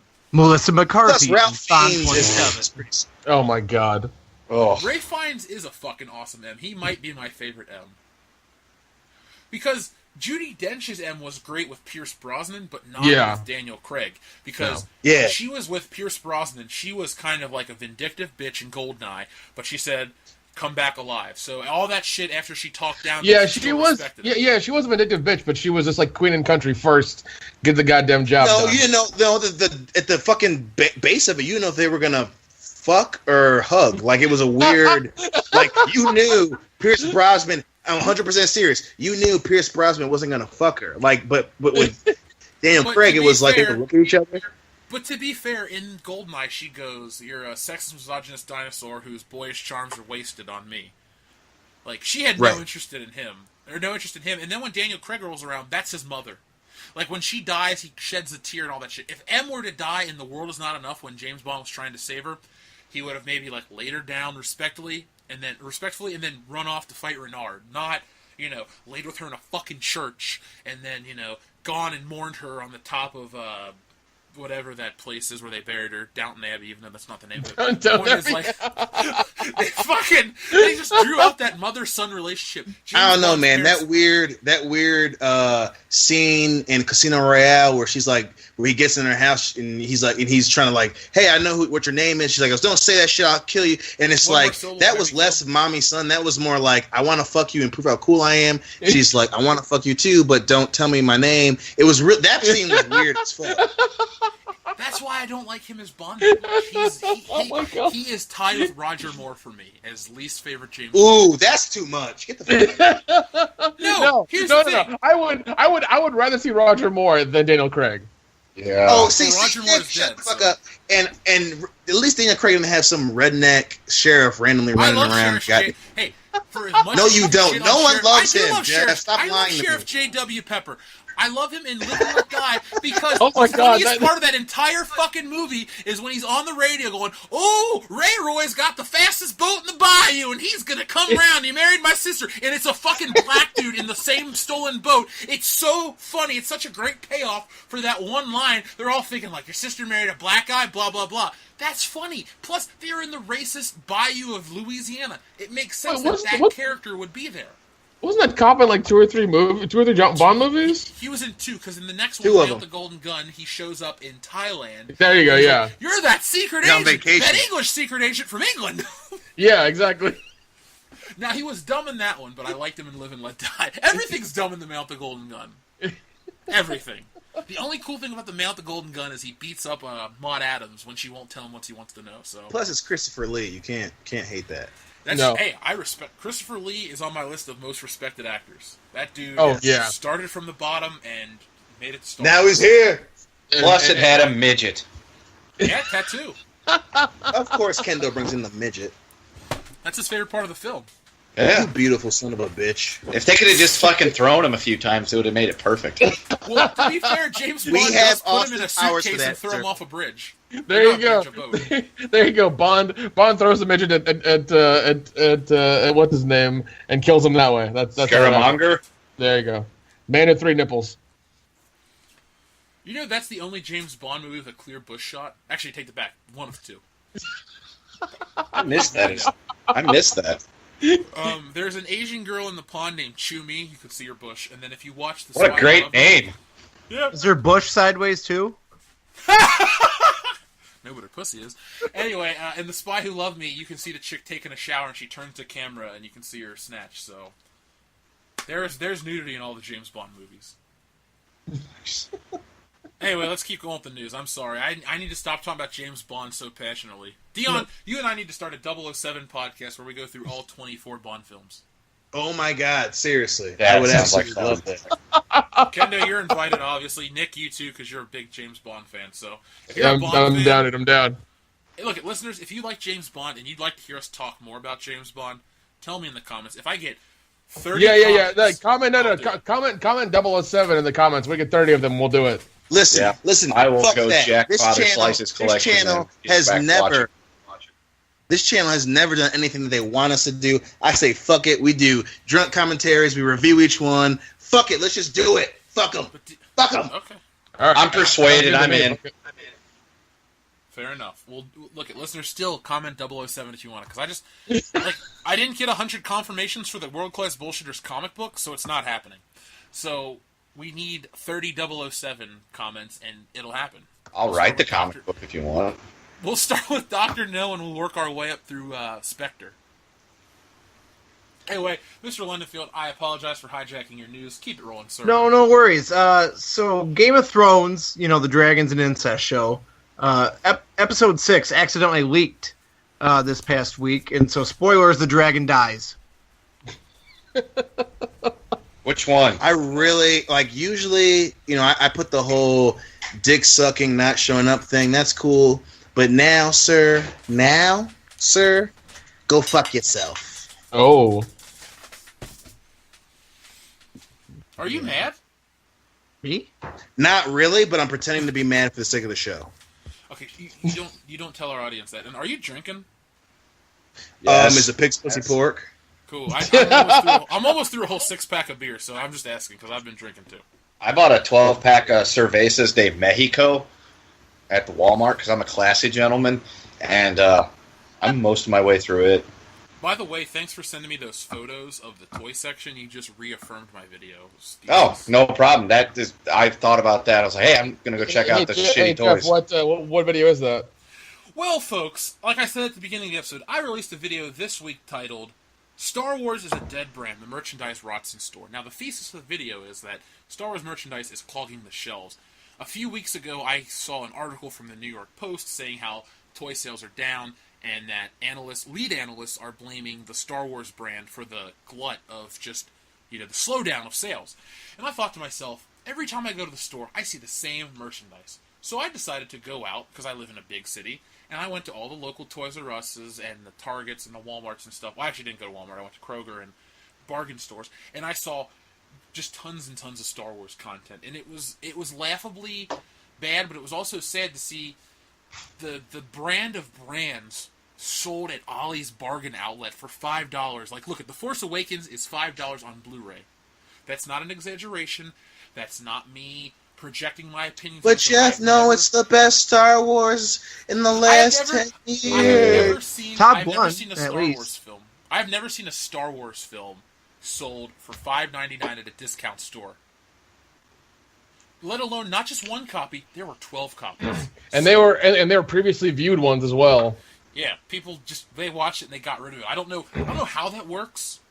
But I'm just saying, like, as a kid, when I went to Big Lots, I would never see Star Wars merchandise on clearance. That shit sold from the stores, and it went home. It never made it to clearance. Not until Disney took over for Star Wars did I see shit on clearance. I mean, we're seeing the same merchandise in stores 2 years later. And people are like, well, how do you know how this works? Look, I'll put it in this video, and then you guys can go back and watch the other one. Action figures are sold in case assortments. They come out in waves. Wave 1 will have figures 1 through 6. Then Hasbro will ship out Wave 2, which will have figures 7 through 13. That's how it works. They don't just randomly send you, unless it's like the special edition shit, they're not going to just send you cases and cases of the same figure. And I didn't put this in the video because I forgot. I spoke to people at each Toys R Us location I've shot at. They told me that Star Wars does not move until Christmas. So, for everyone that wants to say I fudged a thesis or I made up some bullshit, I spoke to the employees at the store. And I spoke to a manager at a Target. And he said he's worked at the Target I went to, and it's, been like that for months. So, listeners, check out the video. It's got fucking 12,000 views in about 2 days. It's really leading up to be the next big hit at World Class Bullshitters. And we've gained like almost 300 subscribers from it. So, thank you to all the new subscribers. Yeah, and the dragon dies. Which one? I can't wait for you to die after this episode. You will get your wish someday. So. You'll outlive him somehow. I don't know what will happen. Dion and I will be on a boat together somewhere, and because the Earth is flat, we'll fall off the side, and you'll live. Exactly. You'll be the last remaining member of Future Pop. And then we'll look at some random picture of a dick and be like, yeah, I don't know what he saw in this, and throw it overboard, and then we'll get drunk. Dicks from Heaven. That's the name of our memoir. We're talking about dicks. No filter. That's not me talking shit to you in the YouTube comment section. No filter, I love you. And I wanted to give you a shout out, but I forgot. That's how much I love you. I forgot. Yeah, Christopher Littleton, thumbs up. You've been listener of the week before, but you'll be listener of the week again. Thanks for all your support, friend. Final bit of news here, and it's going to lead into our main topic for tonight. This was just announced 4 hours prior to us filming here, but they've officially announced that Star Wars Obi-Wan Kenobi's standalone film is actually in the works. They have a director. Yeah, they have a director, Stephen Daldry, whoever the fuck that is. Dan, you want to look that up? On it. And the weird thing is that there's Ewan McGregor hasn't been mentioned at all. So it would be fucking stupid to have an Obi-Wan Kenobi film where Obi-Wan is the age of Ewan McGregor and not use him, but I mean, we can speculate. Well, he's already said he's not doing it anymore, right? He said it during the fuck, what was the goddamn the Cartoon Network show? I feel embarrassed right now. God damn it. Clone Wars? Rebels? Thank you. What the fuck is wrong with me? No Clone Wars. He said during Clone Wars he's not playing Obi-Wan again. What I thought, like this past year, he's been doing a bunch of interviews saying he wants to do an Obi-Wan Kenobi standalone film. He'll do it. Oh, What's he'll do McGregor it. done recently since Train Spotting? No, Trainspotting 2? That's what I meant. I said recently, meaning Train Spotting 2. I'm sorry that I didn't put the number at the end of it. Dion Green, age 26. Listen, I do agree. this for a living now. I'm a world-class bullshitter, not a county-class bullshitter. God damn it. Listen, Michigan, you motherfucker. I have the filmography of one Stephen Daldry. Okay, what do we got? Here, 5 things in a list form. Thanks, Dan. We've got 8, a short film released in 1998, Billy Elliot in 2000, Gay. The Hours in 2002, Nicole Kidman is gay. The Reader in 2008, Kate Winslet is gay. Extremely Loud and Incredibly Close in 2011, Those actors That are little gay. kid was gay. Extremely Trash. gay. 9/11 was gay. here's one that actually fits, Trash in 2014, That makes sense. Those actors are God damn it. Trash is gay on my floor. Gay. Wicked coming out in 2019, Sounds That play was- gay. So you can't really count that because it hasn't come out yet. and Untitled Obi-Wan Kenobi film in 2020. Sounds like It's something gonna else be needs to come out. gay. Look, I know the sentiment on this show is that everything that guy has done is gay, but I don't like Disney owning Star Wars, but I don't like I don't like the continuation of the original trilogy. I'm cool if they were to, if episode 7, 8, and 9 wouldn't exist and they just made Rogue One, Obi-Wan, Boba Fett, Han Solo. They just kept making those. Anthology should have been, Chewbacca the musical. Don't say that. That'd be amazing. kill yourself, That's how I sir. could have bought into like the whole Disney Star Wars vibe because it doesn't do a disservice to the original characters. It's just it's like new shit. Like I'm cool. Like I'm more okay with another actor playing Han Solo than I am like killing him off and like basically belittling everything he's achieved in the original films. Oh, you mean bad storytelling? Yeah, sorry, bad story. Remember, it's funny. I talk about The Force Awakens all the time. I've seen the movie one time, and I'll never watch it again. Yeah, it was enough. It was enough for you. You watched that one time and it burned in your mind forever. And you're just like, nope, never again. I remember lines of dialogue and set pieces and shit, and I hated it. Emotionally gutted. I was emotionally dead. from you. What? That was a line from it. Sorry. Oh, 60 portions or whatever he says. Yeah, I'll buy him for it. Isn't that the fucking guy from Shaun of the Dead? I think so. You know what's funny? I know you didn't get a chance to check out that video, but you know Constable Zuvio, who was only in the flashback? Yep. I still like 30 of those action figures at the store. We have a bunch of. Here's what we have at every store I've been to, and I'm just talking the 6-inch line. You got Rey, you got Jyn, you got Cassian, you got Kylo without his mask, and they got rid of all the fins somehow.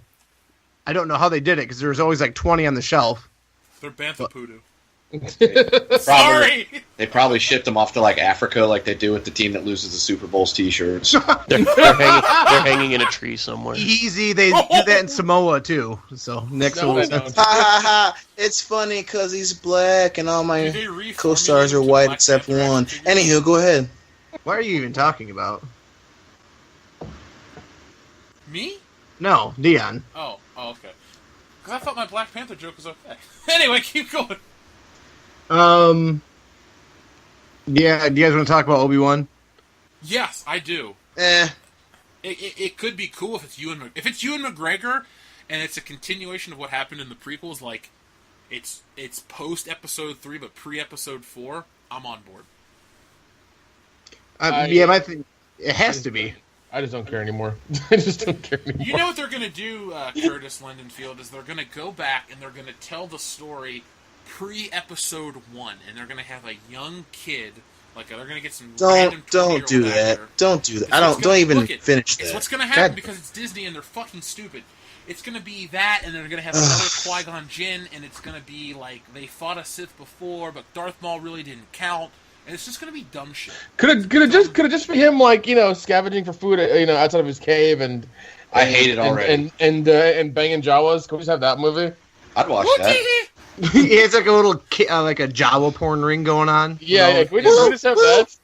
woo, woo, woo, woo, TD. They should have him fight Boba Fett. Over who gets to fuck the Jawas? Yeah! Boba Fett's like, he's no good to me, fucked. And then at the end, they just decide that they're both going to just fucking rotisserie style this one Jawa. And they're like giving each other high fives and shit while they're just fucking filling the thing out like an application. And then they say, like, you weenie. Dude, the movie's gonna end with Obi-Wan looking at Boba Fett's mask and be like, "My friend killed your father," and then it's gonna go to credits. Dun dun dun dun. That's how the movie ends. There was a real life news story this past week I read about this guy that shoved a shotgun in a girl's snatch and pulled the trigger, and it went off and blew her up from from the inside. But again, I'm picturing that with so. Right? So God, I would love to see that video. I'm sure it was streamed on Facebook Live. Oh God. But yeah, I'm just picturing Obi-Wan just putting his lightsaber in the Jawa's mouth and Boba Fett putting his flamethrower up its ass and just simultaneously. When I was a kid, I read Cooking a Star it. Wars fan fiction story where they shoved a lightsaber up Mace Windu's ass. And it talked about the smell of burning shit, and I just laughed. And that story stuck with me. That was like 15 years ago.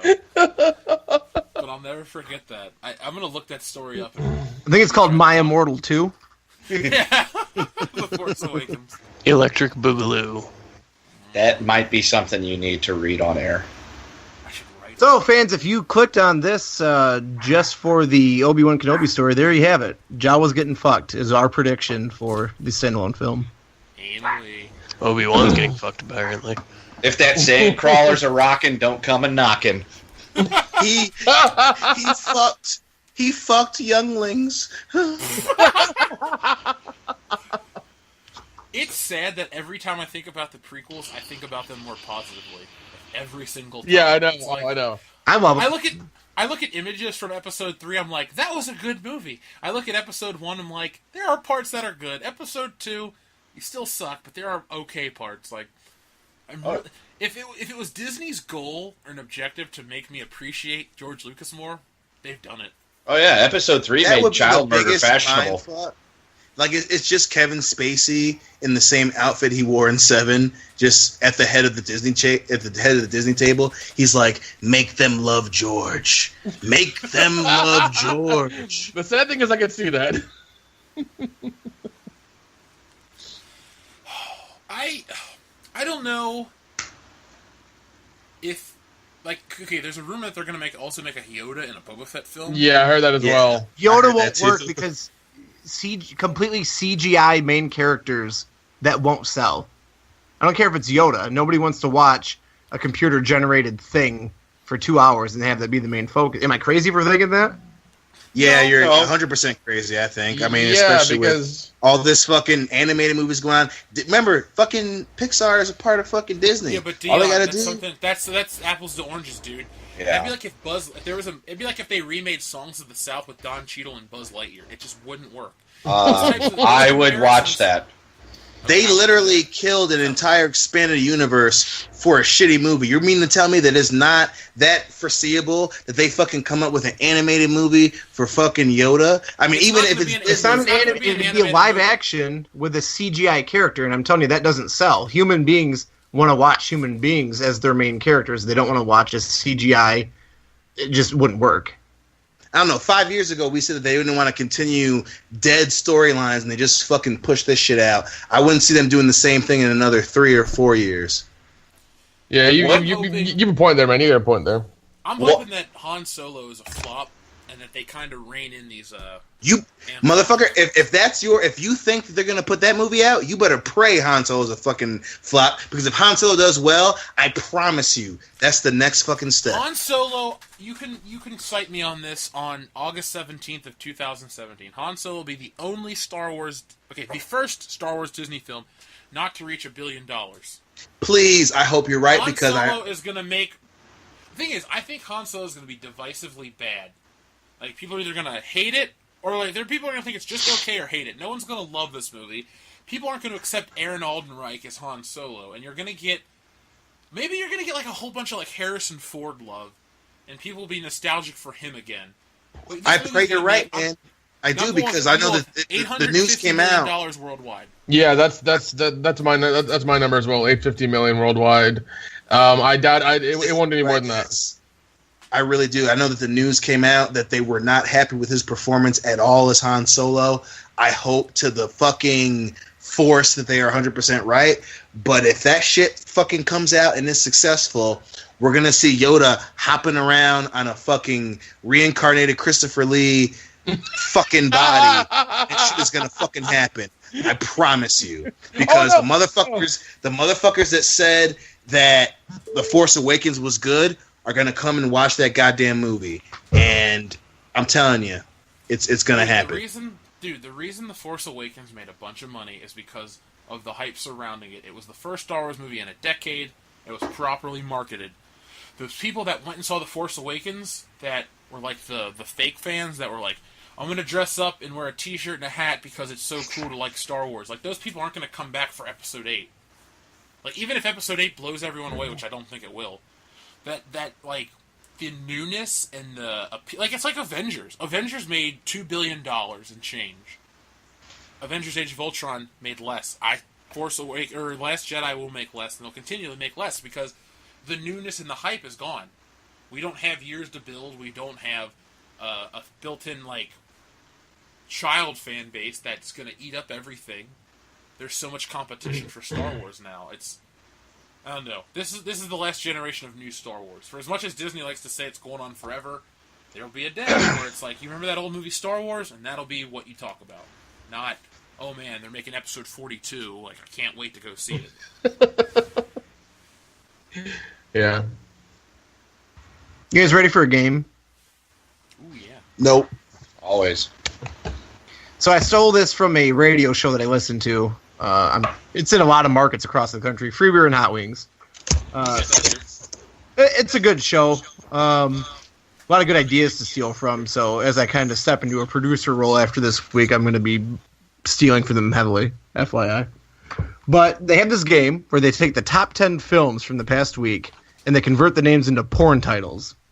Now, we haven't shared any of our titles together. So hopefully there's not a lot of overlap, but we're going to go through and we're going to each, I'll name the film and then we're going to just go around and give our porn title name. And if you want to give it a backstory to explain why you named it that, go right ahead. Are you guys ready? Okay. Yes. Yes. All right, so I'll give mine first after each one because mine are probably going to be pretty weak, and I'd rather get those ones out of the way. So I got number 10 this past weekend was Atomic Blonde, and I turned that into Bubonic Blonde, which is about a zombie who died from the plague coming back for one final tryst. Hey, it's better than mine. Mine just says Atomic Blonde sucking cock. It's an all blowjob porno. I changed it to Ass Tonic Blonde, and the idea would be that the people have to like get this like fuck this chick in the ass to get the tonic to cure them, I guess. See, mine were atomic and then something. Mine was atomic boobs, atomic cum shot, atomic bukkake, atomic cream pie. Like that's how I went. A lot of brain power went into that, fellas. That was good. Yeah. Number 9. Dion. Sorry. You should be sorry. You're not going to be here. My whole thing was I said atomic bitch because I feel like porn would just be like, we're just going to turn her into a huge, mean-ass, blonde woman. And my whole thing was that it was like a room full of black dudes. And she'd walk in just like yelling a bunch of bullshit at them. And then she would just like, fuck them.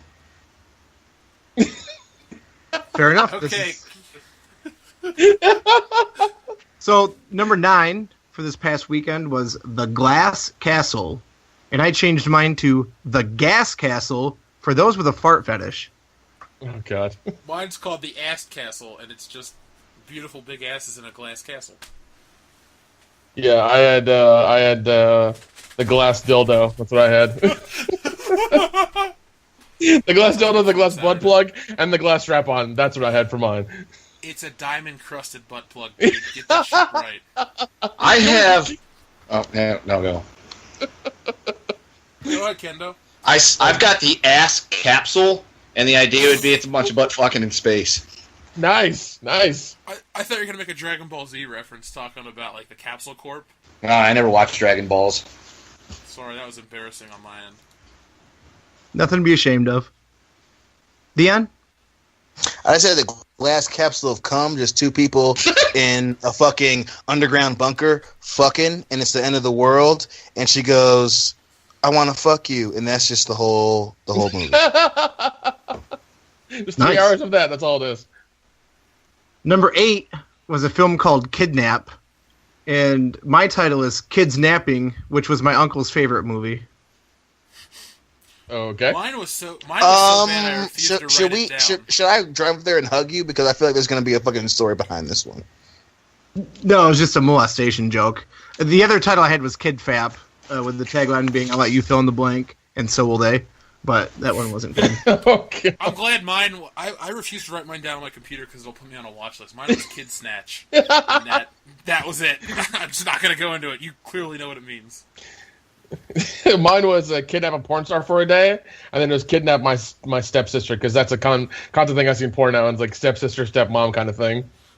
That's so weird. Like, It's Why put the word "step" in front of it? Like, that completely ruins it. To each his own, I guess. we just lost 20 subscribers. It's fine. Girls watching. I called mine Cuck Nap. And I guess that could be porn where like the dude goes to sleep and like these fucking dudes just come up and just rail the shit out of his wife. I guess I don't know. It's just the first thing that came to my mind when I saw Kidnap. I was like, Cuck Nap.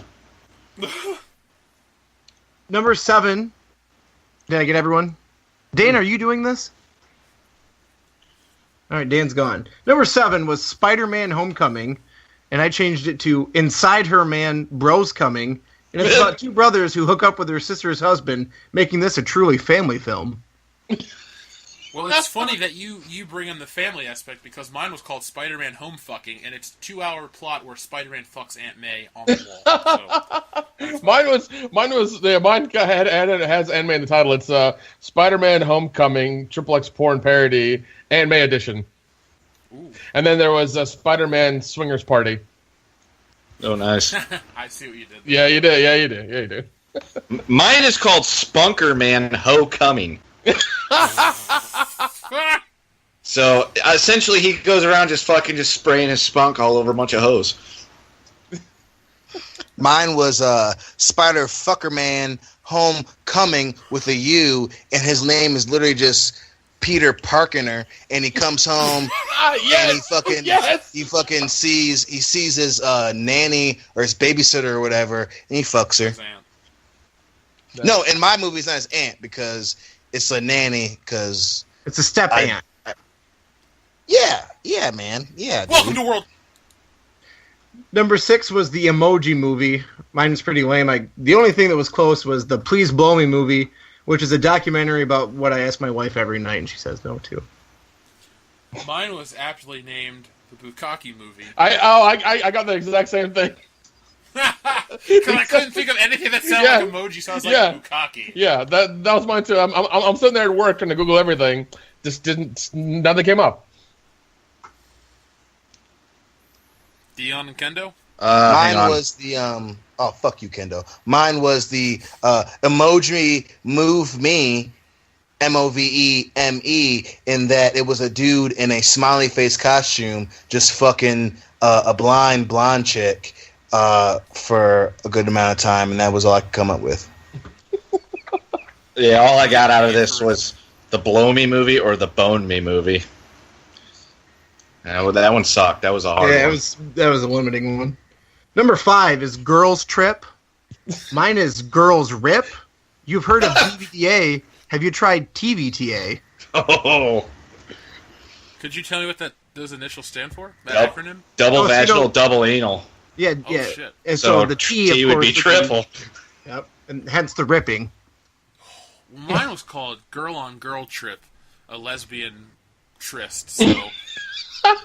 I imagined Queen Latifah would actually be in the porn parody because she eats pussy, so I would make $1 billion off of that. Yeah, I came up with I'm sorry. Mine was Girls Trick. It was these two hookers. One was 18 and one was like a MILF, and it was her teaching the teen how to trick, and they find some random black dude who looks a lot like me and Jeff for some reason, and then the two dudes just fuck them and then rob them, and then that's the end of the show after they come. I love you have like even the story kind of worked out as well for all these. I fucking love it. I literally was at work either. And I wasn't doing shit for like 2 hours, the end of my shit. And I was watching Fight Pass and coming up with this shit. Like, I had a lot of time to develop my fucking shit going on, guys. I'm just saying. Okay. I don't know if I'm like, if I take that as a compliment or a dig. Like, why do we gotta rape them, bro? We're supposed We're to not rise raping above them. that shit. We Robbing them, sorry. No, we tell them, exactly. We tell them, like, hey, yeah, we want both of you guys for a whole night. Whatever your fucking... whatever your rate is, and then at the end of the night, we fucking Grand Theft Auto Vice City them and rob them. We don't kill them, we just rob them, and then after we come on them, because you put it in those terms, I'm okay with it. Yeah. oh, exactly. All right, Sorry. My three are girls trip to Whore Island, girls trip to Rug Munch Island, girls trip down under. Rug Munch Island, I love that. Mine's just girls trip to Fucktown. That's even better. Number 4 is The Dark Tower. Mine is The Dark Eiffel Tower, starring Lexington Steele, Mandingo, and Rachel Starr. Mine, Oh no! mine's in the same vein. Mine's The Dark Plower. We can use the same actors. Oh my God. The funny thing is, mine was the Dark Man Tower, and it literally was Mandingo and Eve Lawrence. Just them. Fucking. I had, for some reason, I don't know why I had this, a football stadium, and it's just like them and Cowgirl the whole time, and there's a crowd of dudes, and they just keep going, woo, woo, and then she comes, and that was all I could come up with that one. Why did she get to come? Yeah, that's a good question. Because fuck you, that's She'll why. want to fuck again. I Fair enough, like she you will. mentioned Eve Lawrence. Like I like her a lot too. I did. Yeah, I really love her so much. Is Rachel Oh, yeah. Starr relevant still, or is she past her prime? She's past her prime, but her shit is pretty timeless. She's got some serious good stuff. Yeah. Yeah. Let's see. Mine were Dark Towers and White Holes, and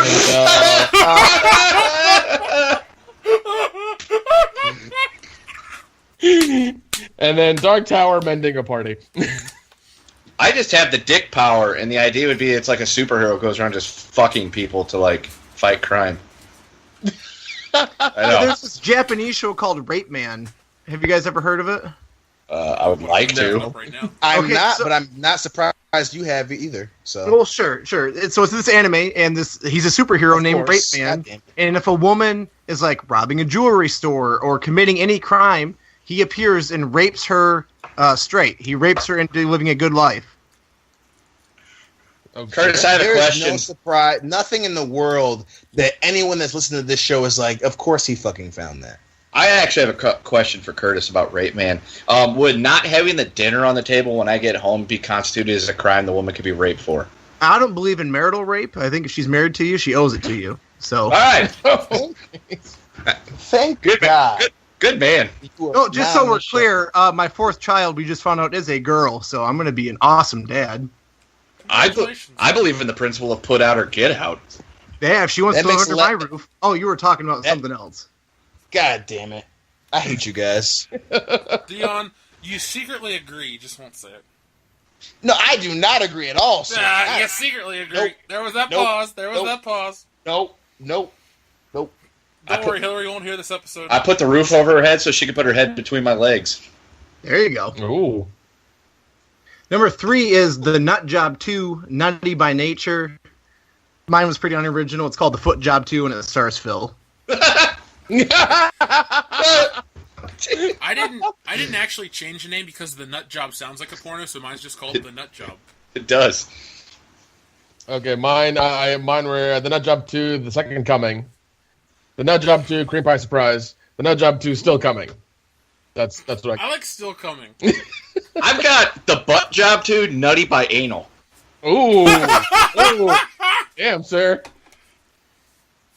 I actually feel like I Mine won was- that round.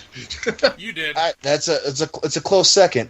Mine was the Nut Job 2, Nut on Him, and it was literally just a video of Dustin taking cum shots for like 30 minutes, and at the end of the video he goes, I just can't stop looking at these dicks. Kendo wins. Yeah, fans listening at home, make sure you go round by round and not only give us your porn title variants, but let us know who you think won out of the 6 of us. Well, 5, because Dan doesn't count.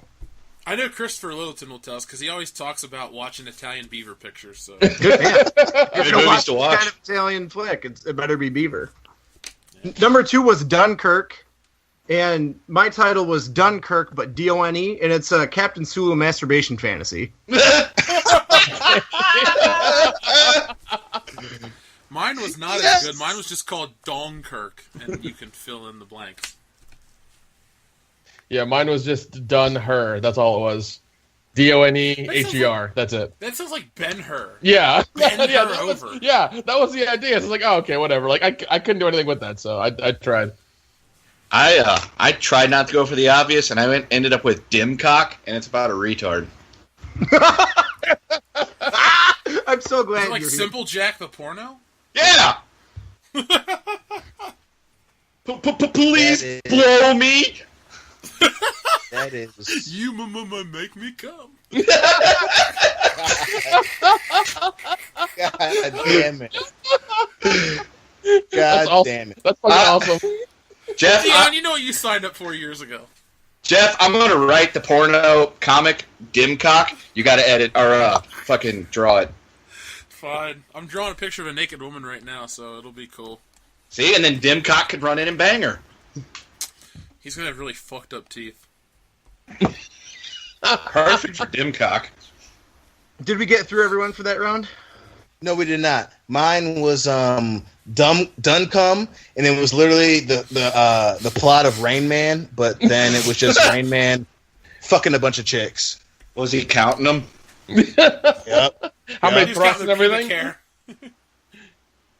But then, Yeah, it's obviously, 442 every bucks. time he counted, he would come in her face. Obviously, you know. Well, obvious. I mean, yeah, it has to be that way.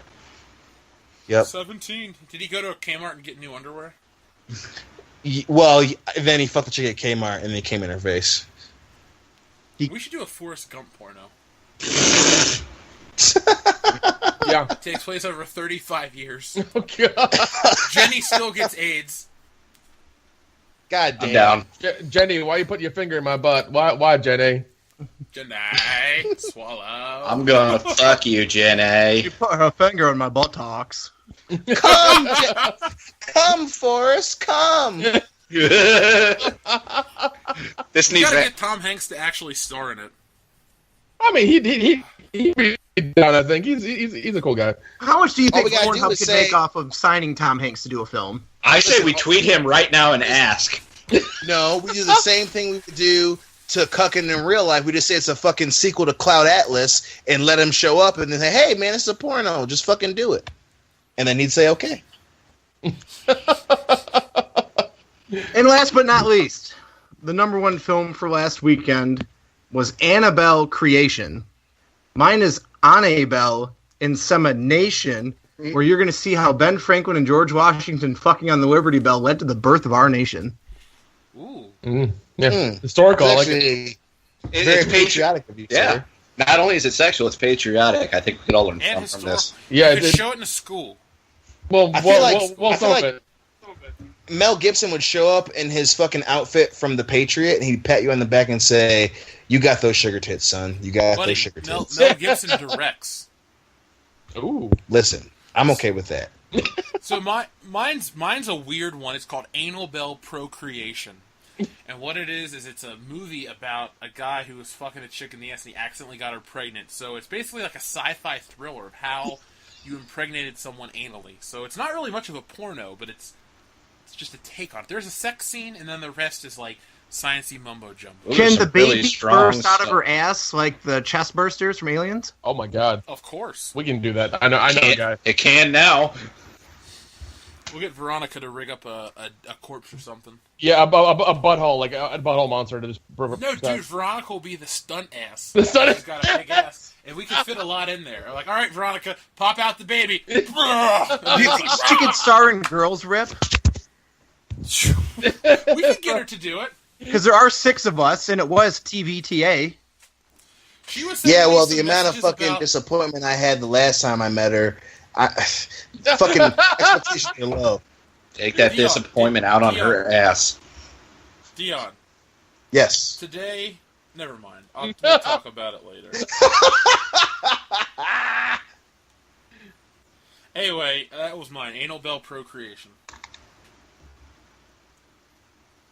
Anyone else? I guess I need to go. I kept with the whole kind of doll thing, and I was like, Annabelle, Diary of a Sex Doll, Annabelle, the evil fuck doll. And then I went kind of like a couple buying a sex doll, and it was Annabelle, Happy Birthday, Honey.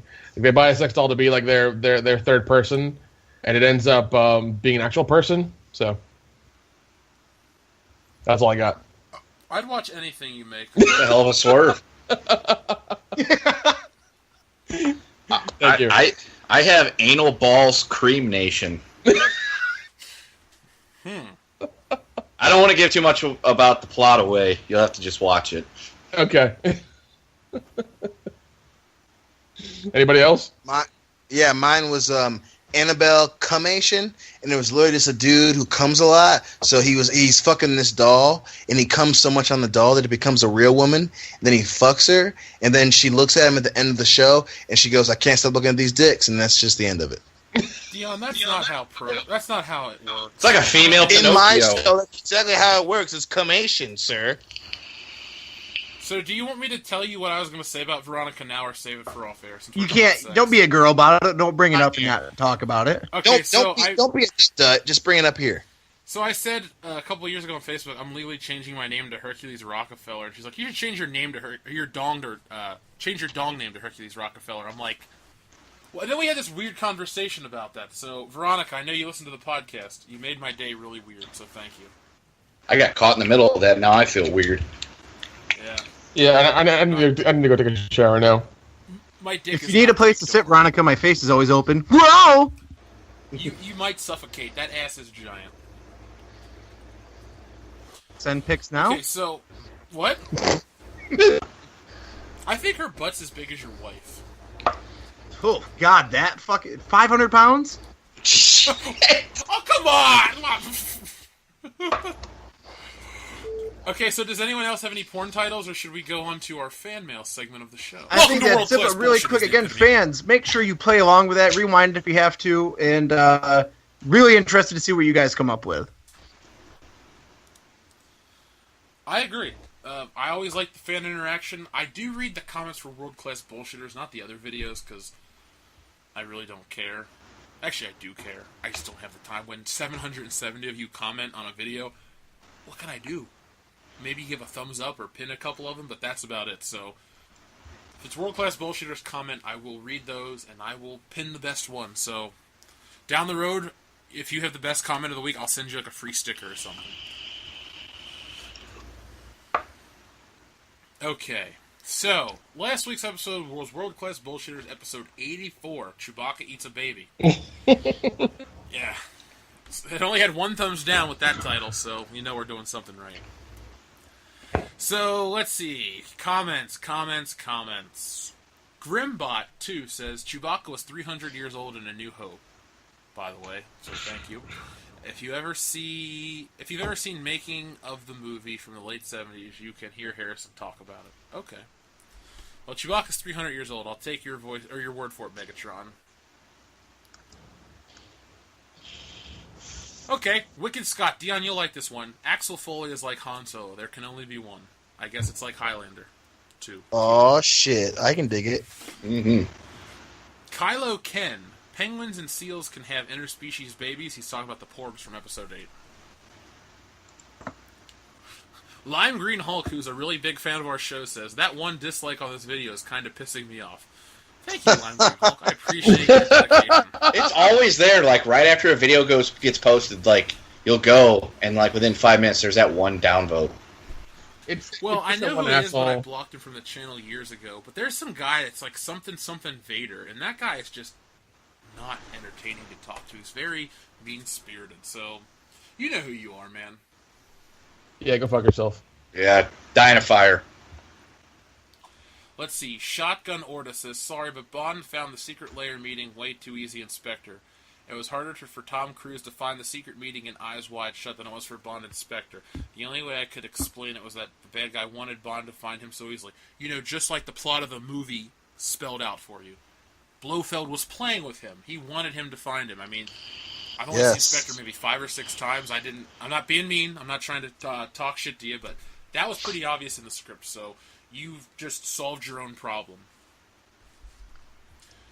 The fan cast wants us to know that episode 10 is out, and he gives a link. So guys, listeners, fans of the fan cast, and World Class Bullshitters, check it out. It's a great podcast. It's about this podcast. I would be interested to find out what they have to say about my Star Wars video this week, so I will definitely be listening to the fan cast episode 11. And another one of my favorite things about the fan cast is the images they use. I love hot women. That's amazing. Oh, yeah, definitely. That's my kind of marketing. Yeah, tits. Tits and asses. Oh, here we go. Ride the Lightning 117 says, we'll watch Jiggity Woohoo time. P.S. You guys are the first YouTuber I know that give a shit about comments and subs. Keep it up. Ride the Lightning, we will always give a shit about the comments and subs because you people are the reason we have an audience. I mean, I could be like, oh, blah, blah, blah, but honestly, if people didn't watch us, there'd be no purpose to do this fucking channel, so thanks. Let's see. Oggs for President. I remember that kid. What's up, Oggs? He says, The Last Jedi, I have a bad feeling about this. I do, too. Another person wants to tell us that Chewbacca is over 200 years old, so he's either 200 or 300 years old. Yeah, can we... Let's just say he's 250. Yeah, it's got a difference, 250. It's fine. Phil's left leg. Barely hanging on.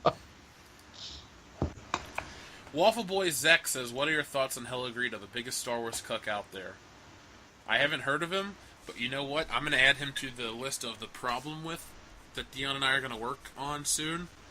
Because Dion and I, we're going to pretty much put it out in September because we both had some life issues we've had to deal with. But the problem with will feature people like Jeremy Johns, Chris Stuckman, apparently Hello Greedo, Grace Randall from Beyond the Trailer, a lot of people. So if you guys have any more suggestions of internet celebrities you'd love to hear us rip on, let us know. We'll do the research. We'll talk the shit.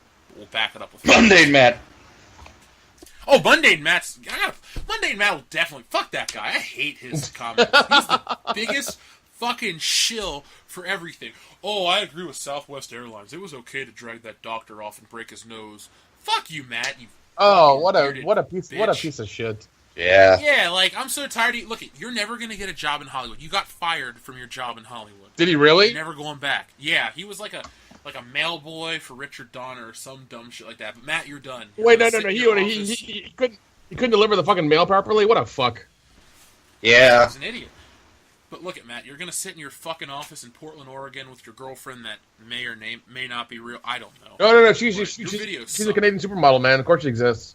Yeah, he's the mundane cuck. Can't stand that fucking guy. Like, I was cool with you fucking going on and on about Ghostbusters for months because it was a fun dumpster fire. And I really got into your videos during Gamergate, but you just became fucking unwatchable. Like, if I ever become like Mundane Matt, I'm just going to jump off the fucking Big Mac bridge. Let's see here. And we'll film it for Patreon. Big Macs. Which will be funny because no one will ever... Like, the money will go to Patreon, but I'll be gone because the bridge is big, so... Maybe not. I'm not going to do that. Fuck you, Mundane Matt. I hate your face. Let's see. What other comments? Liquid Metal Pro was happy to see Dion back. Woo woo! We all were. So Jonan, who's a regular listener, thank you, So Jonan, says, Porgs, the new Ewoks. It's true. Liquid Metal Pro also thanked me for the shout-out. Anytime, Liquid Metal Pro. And Kendo Slice says, Liquid Metal Pro attention whore. Yes. Fucking hate that beaner. Oh, I couldn't have found a more perfect one. I know I keep saying that, but I'm so happy. That me and him Believe get me, along really well.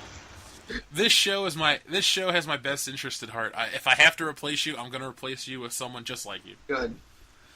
Let's see. Tom McGuire is a Hank Hill fan. The Porgs could very well be the worst creature design I've ever seen in Star Wars. Say what you will about George Lucas, but at least he was creative and made unique-looking characters.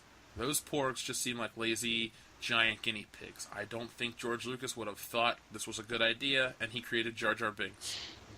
It's a very good point, actually. Mapzilla. Disney's business model has always been centered around appealing to girls, to each their own. It's a sound business model. The debate is centered around Disney being hell-bent on turning Star Wars into another princess franchise. Question, are there any competent parents in the Star Wars universe or adulthood? Are there any competent parents in the Star Wars universe, or is adulthood somehow magically arrived at? Huh? Question, are there any competent parents in the Star Wars universe, or is adulthood somehow magically arrived at? Oh, okay. There are competent parents. Dude, the thing is, Star Wars isn't going to become a girls' franchise successfully. No, you have to appeal to the people that exist. Like, the thing is, Star Wars isn't that old. It's only 40 years old, which isn't a long time, but kids that watch Star Wars are still alive. If you turn it into something that it's not meant to be, those people, you're going to turn those people off. They're going to double down on the old shit, and then generations down the road just aren't going to have access to it. Or they're going to have access to it, but just not as... They're not going to be introduced to it by the older generation. Like, for me personally, if I had a kid who was about D2's age, we would start with episode 4, work our way through episode 6, then go through 1 through 3, and then end the story. Like, that was a struggle that I had, is do I start them at 1, or do I start them at 4? Yeah. Always 4, because you don't... Order of release. That's how you go. No, that's what we end up doing. Cuckin doesn't love his kids, so we know that he's not going to show them 4 through 6 and 1 through 3. He's starting at 1, so...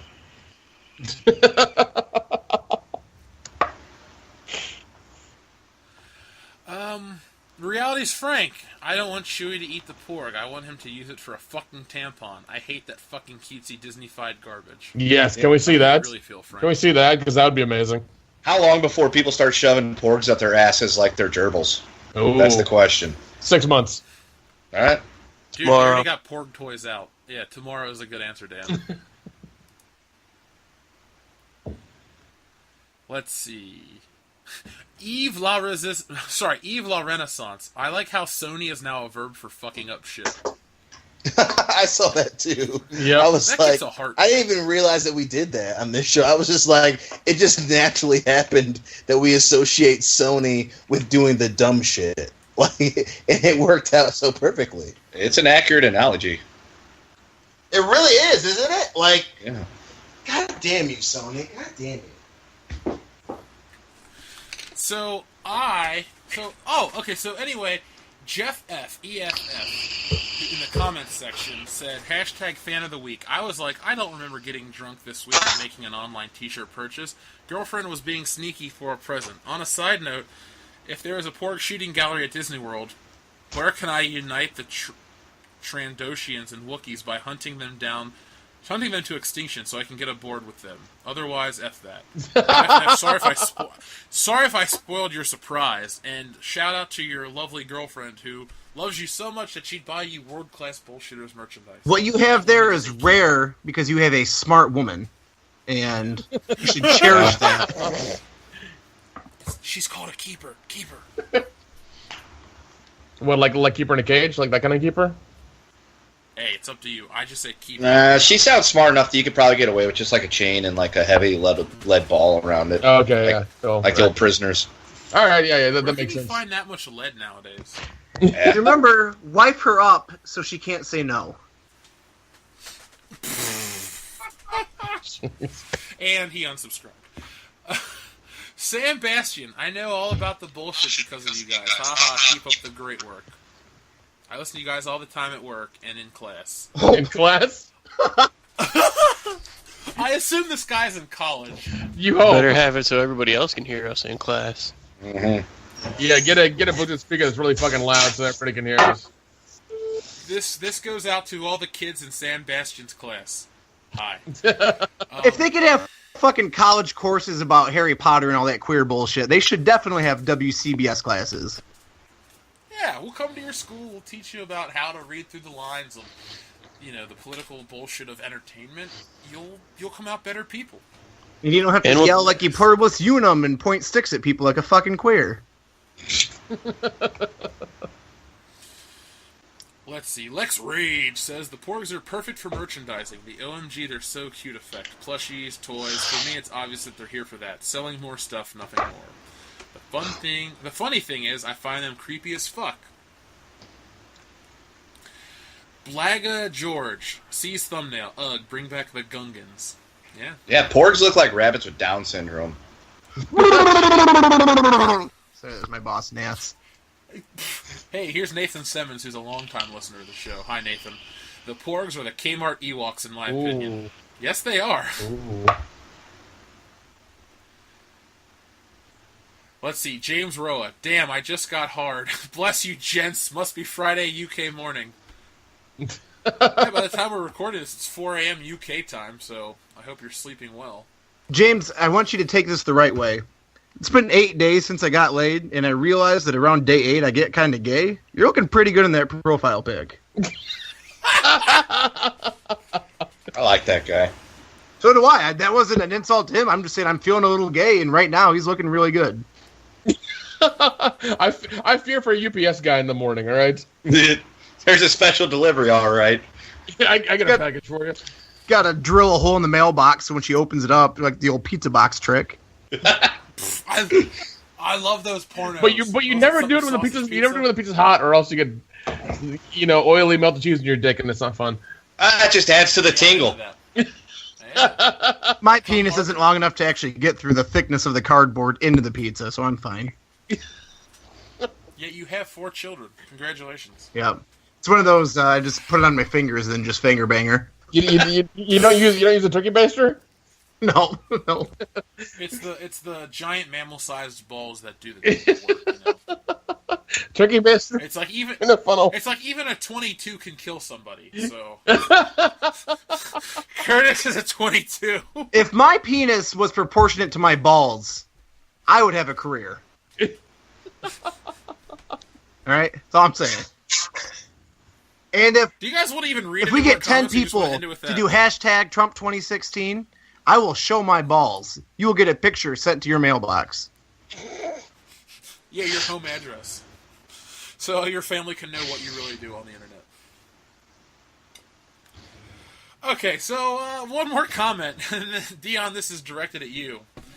I'm blaming you guys if they do a Beverly Hills Cop reboot with Kevin Hart. Come to think of it, that doesn't sound so bad. Come to think of it, yes it does, Mike McLaughlin. If you hate yourself, you hate your mom, you hate your sister, you hate your girlfriend or boyfriend, whatever. I mean, if you're a fan, whatever. Then yes, it is a horrible idea, especially seeing as how Kevin Hart probably is a lot smaller than the shits that Jeff and I take. So fuck no. Don't even joke about that shit. Get the fuck out of here. I'm not even laughing. Fuck you. I have a question. Are you taking a shit now? Are you in your bathroom? I am in my bathroom. I can tell by the echo. Hashtag dedication. You probably carried your computer in there, didn't you? No. Yeah, alright. Anyway, this has been episode 85 of World Class Bullshitters. Every Thursday night, we take a dump on the world of pop culture. If you liked this video, make sure you give it a thumbs up. Share the video everywhere you can. And if you got the money, head on over to patreon.com and help the channel out. We got many tiers. There's perks for every tier. We appreciate every donation. Even $1 a month helps the channel grow. Come November, we're going to get new equipment. We're going to do all kinds of great shit. We might be at conventions in the future. You never know.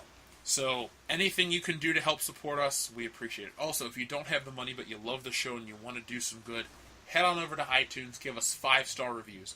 Not because it's an ego trip that we need to look like we have only 5-star ratings, but it helps us become more searchable in the index. So if World Class Bullshitters has a ton of 5-star ratings, and we know we have almost 4,000 fans at this point, if you can help us get 4,000 5-star ratings, we could really, jump up in the rankings and can really grow as a channel that way. So anything you can do to bring attention to this YouTube channel is greatly appreciated. Also, if you like us and you want to talk to us directly, we are over on Facebook. We have the official World Class Bullshitters fan page. For some reason, you got to get approval, but I usually find that out right away, and I approve you. Everyone's welcome. Join it. You can talk to me. You can talk to Nick. You can talk to Dion. Everybody's over there. You can even talk to Eddie Cantillo, the fanboy flick critic who loves to talk about movies. Yep, he'll skim anything you ask him to. Yeah, you suggest it, he'll skim it. Yeah. We also have the official World Class Bullshitters just page, where you can suggest topics for each week. It's cool. You know, we post everything there. And finally, not finally, we're over on Twitter at World Class BS. The World Class BS on Twitter. That's cool. Nick runs the Twitter. I think somebody wanted to interview me, Nick, right? Yeah, there's a channel that wants to interview you. It's I think it's a toy channel out of the UK. So they want to hear your view on the toys. Hey, I'm ready to be interviewed. I think this guy's probably just gonna try to troll me, but if he's serious, dude, call me up on Skype. I'll go on UK time to help you out. So you just tell me when and where, and we'll do this. Because I can talk about Star Wars toys all day. I can sit and talk about the fucking difference between a 12-back carded figure and, 21-back card and all that dumb shit. So believe me, you found the guy. If you want to talk about Star Wars toys on the internet... Or really just toys in general. You know your shit quite well, sir. That's true. I do love toys. Like, I embarrassingly own a Man of Steel Superman doll because it was given to me as a gift, but I got everything, so... I love me some toys. We could, if the audience was out there, I could do an entire YouTube channel based around my toy collection. Also, if you want to email me, it's worldclassbs@mail.com. The best mail. .com. The dragon dies. Which one? There's 3. Doesn't matter. He's I going to don't be here watch next the week show. to tell you. Oh. I don't watch the show, so I don't even know what you're talking Yeah, about. I don't watch it either. I saw the episode where the little kid was thrown out of a tower because he saw the brother and sister That was fucking, the yeah. very first episode. I saw the first episode, and I saw part of an episode where they pour melted gold on somebody's head. What show is this? Game of Thrones. Game of Thrones. Walking Oh. Walking Dead. Lord of the Rings. Same overhyped garbage. I saw the Red If Wedding. it was animated, he'd be coming in on the fucking phone right now. Okay, so that's that. We got to do our fan mail questions real quick. So, Kendo, you're a patron. Uh-huh. Do you have a question you'd like to ask us? Pass, come back to me. Okay, so Justin. No, you Beck don't get a has refund for 25 passing, just so you know. Oh, Jeff already knows. I told him, I was like, at no point am I going to stop my Patreon donation either. Yeah. But listen, patrons, you love the show. Look at Kendo. He loved the show, and now he's a fucking member of the show. So Whoop, whoop. anything's possible. I'm the 9th man. According to Elder, the 12th man on the field. Okay. So let's see. Justin Beck, he's a big patron. We already did his recast Beverly Hills Cop with the Bullshitters. So here's his question for this week. Which superheroes, excluding Batman and Spider-Man, would you like to see get a video game or a series of games? Daredevil, hands down. Care to elaborate, or just want to say Daredevil? Oh, no, I mean, I think an open world Daredevil game, especially where you're in Hell's Kitchen, make Hell's Kitchen a great map. Make the main villain be the Hand, I think would be phenomenal. Dude, speaking of Daredevil, how pumped are you for tomorrow's Defenders? I'm literally, you said Defenders and I got a boner. Like, when we were doing the beginning of the show. Whoa. Do you have a boner because of the Defenders or Sigourney Weaver? A little bit of column A, a little bit of column B. Hillary was walking through. I said, "Hey, it's the 17th. Tomorrow's the 18th." She said, "Holy shit! I cannot fucking wait till tomorrow." I would watch it tonight, but it won't go on Netflix until 3 a.m. and I'm not going to be up till 3 a.m. Yeah, I'm gonna be fast asleep for sure. Like after this podcast, I'm probably going to go take a piss and eat some pizza while I edit it. So. Ooh. I don't know what that's to do Yeah, I know, it with sounds- with falling asleep, but no, totally. Thank you. Dion, you said Daredevil. Other guys? I want Constantine to have his own video game. Whereas you level up, you He already did. Did you really? Yep. No way. Mm-hmm. Oh, okay. Well then, all right, fine. Then Blade. Already did. You already got one. God damn it! Multiples. It doesn't say that they don't have a game already. It's just Right. besides those two. Okay. If you want a So if separate you're- game, for sure. I mean, spill that shit already. Do it. Yeah, I mean, yeah, I would do Blade where you just go and you find the vampire dens and you kill them all, or you have to shoot them or get teams and stuff together and just kill vampires. You have to go to the every now and again you have to go against the big ones and have boss battles and stuff. Hey Dion, it'd be a phenomenal video game? What?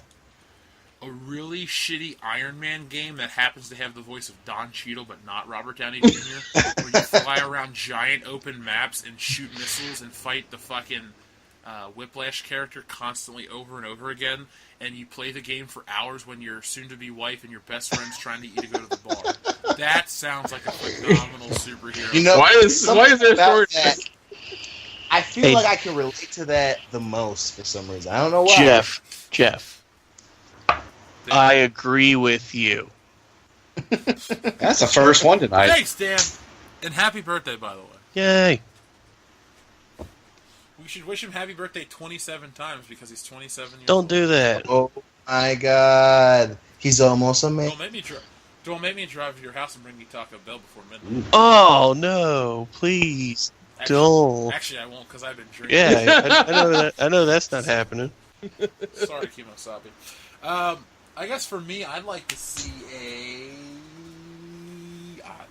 Superman game. I'd love to just play a fully destructible Superman game where I can just go and destroy everything, and there's no repercussions. I can basically be God. You mean one that doesn't suck? Yeah, one that doesn't suck. But if I have to pick a superhero that doesn't have a Hey, video Shadow game of Apocalypse is pretty good, actually. for PS2, Yep. yeah, it was alright. It looked great. I mean, it looked Yeah. just like the animated series. Yeah, it's pretty good. I like that we're finally at a point where our video games can look just like the cartoons, because the Yes. new South Park games look just like and that Dragon Ball Z game looks phenomenal. And I don't even like Dragon I Ball might Z actually have to anymore. get that one for sure, and then fucking beat Dan's ass in it. Oh, You can't what? you can't buy an anime game and then talk shit about anime ever again. So Oh, it's happening. It's happening, bitch. I would go with Black Widow and do it like that game I talked about a couple months ago, Virtual Sex with Gina, but Virtual Nice. Sex with Black Widow. Scarlett Johansson. Yep. Yep.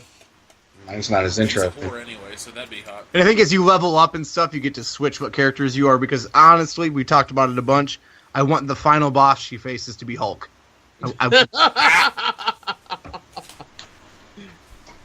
Let me see if I can find that gif of her fucking the Hulk. I was just going to pick Thor for the purpose of I just want to beat shit with a hammer. They actually had a Thor game. It wasn't that great. Well, this one will be better because you'll just get to beat people to death with a hammer. We'll just fly around, use lightning, and beat Because you people didn't with do that hammers. in the other game. Nope. Yeah, but this will be more graphic. Because Oh, you're shit. beating them to Easy death there, with a Frank hammer. Miller, don't fucking Right. have an aneurysm. I'm not. I'm just going to think about beating people to death with a hammer. Damn. Can't I have goals? No, because it's world-class bullshitters. You can't have goals, sir. Can't have expectations. You can't have dreams. Come on. My goal is Scarlett Johansson's. There you go. It's a good goal to have. It's the only reason I own the film Under the Skin. You actually bought that? Of course. Does that surprise you at all? Come the fuck on. Yeah. I've seen that clip 12.5 times. I didn't buy the fucking movie. Did you Jeff, stream it? we are about to celebrate a decade of friendship here. It was almost 10 years ago to the day that we started at Michigan State together. And you That's don't true. think I would invest money to see women naked? I would invest the time to see women naked, but I would just watch it for free. By the way, go to the chat on Skype. I am a doing man it. of principle. I see it. I see it. Now you know what I'm talking about constantly when I talk about that fucking GIF. Is that not Oh amazing? my god. Somebody took the time to make that. That's awesome. Oh, God! Talk about that movie Rip! Oh, my god! Holy. Okay, I am fucking curious where shit. that cutscene comes from. I want to see the original source of that. Yeah, it's called The Avengers. It came out in 2012. It's a great film. Yeah, is that what I'm looking at? Yeah, that's a deleted scene. I want to see that full scene. Ugh. Right when they're getting to New York. This is after the shawarma. She was a little backed up, so the Right, boss right, offered to clear obviously, her out. obviously. I'll clear you up. I was on some fucking. I think I was like, I don't know what website I was on, but I saw this GIF as someone's comment or icon. I was like, this is incredible. That's beautiful. Happy That's so birthday to me. hilarious. I think I should download that. Yes, you should. Probably. And you got to find a way to distribute it to the fans because I feel like we're cheating them out of a really good experience. Okay, fans, what you need to do is you need to Google Hulk Black Widow fuck GIF, and it'll pop up on makeagif.com. Here's the URL, because I'm not going to put it on Google and get fucking canceled. So it's makeagif.com/I/2GFO07, and you will see the Hulk fuck the Black Widow. That's art. Whoever says memes aren't art are fucking ridiculous. I wish Disney, could see this right now. Anyway, does anyone have anything else they'd like to add before we put this baby to We bed? got Kendo's question, and then do we have any more?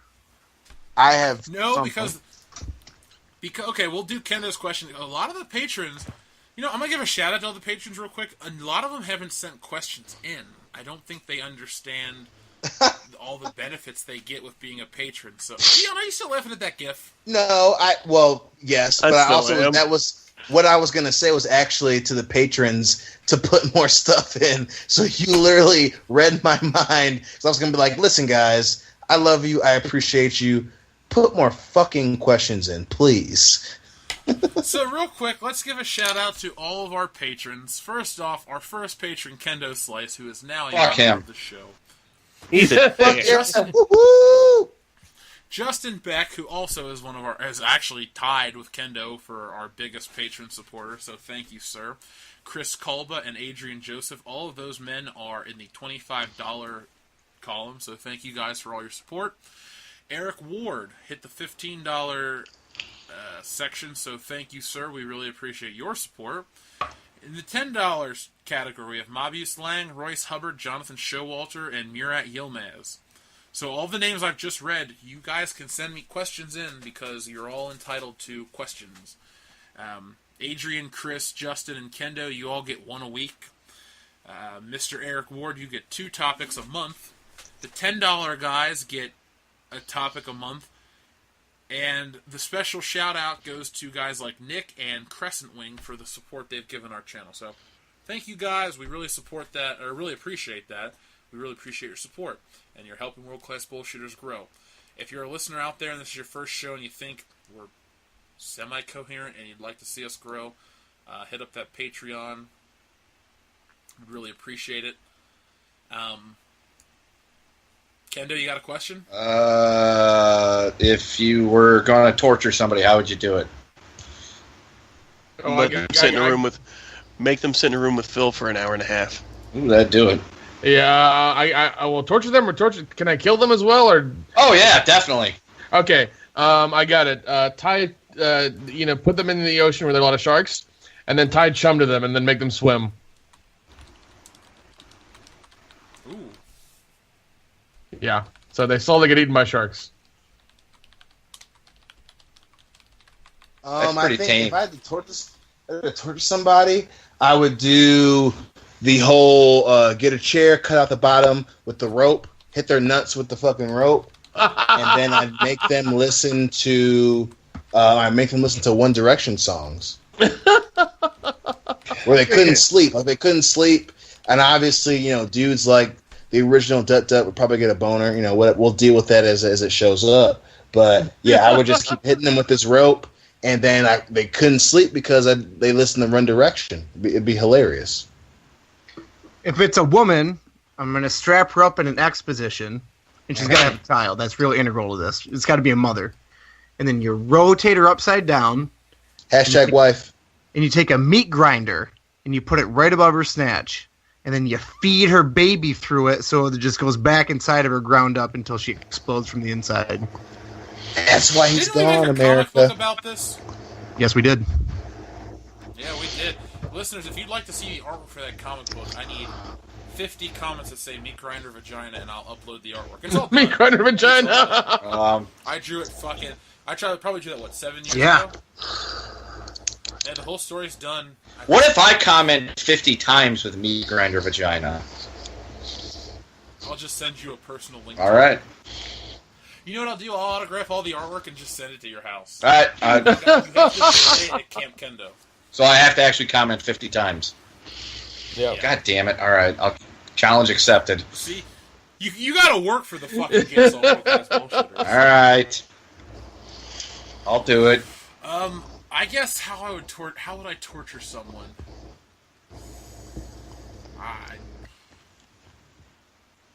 I would probably lock them in a room with douche canoe and have them masturbate over their face for hours. God damn. Yeah, I'm sick. All right. Which means that once the toxicness hits them, they just die instantly. Yeah. Or want to do coke with a passed out hooker or something. Okay. Because we're just talking about torturing. We're not going to kill these people, right? I did. Yeah, so did I. Oh, you're killing them? If I was doing it, I eventually would.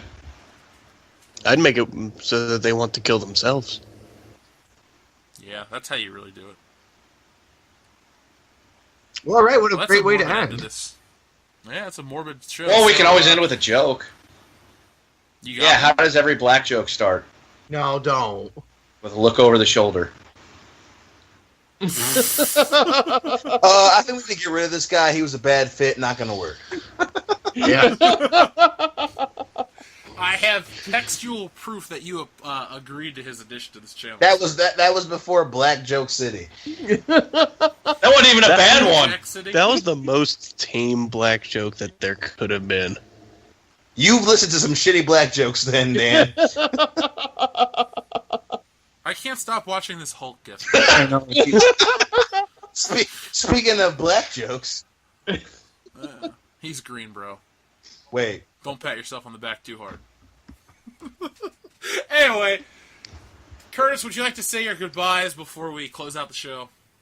I would, yeah. I've been on this show for about a year.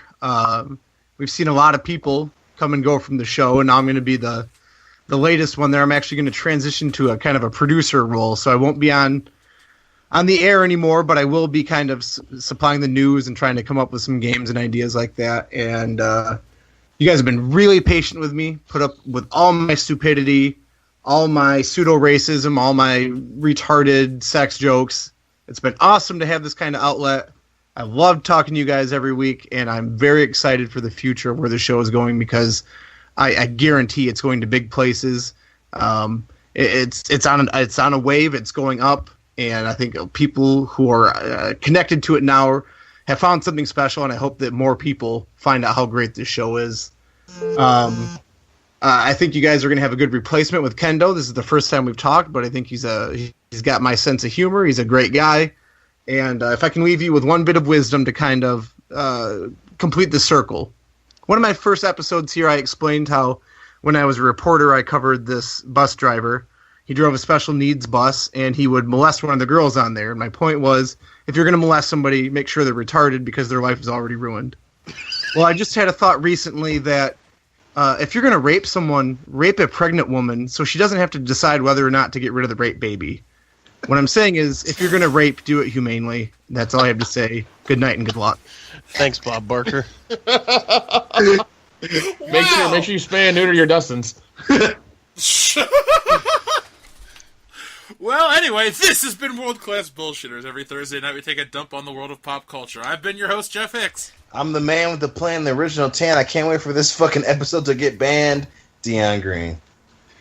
I've been the last standing Samoan saying, what the fuck did I get myself into? I still can't stop looking at this Hulk gif. Me neither. Those balls are just Oh my god. Mesmerizing. It's so green. Yeah, it's so well made.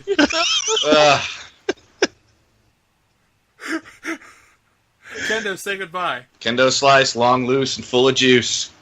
The dragon dies.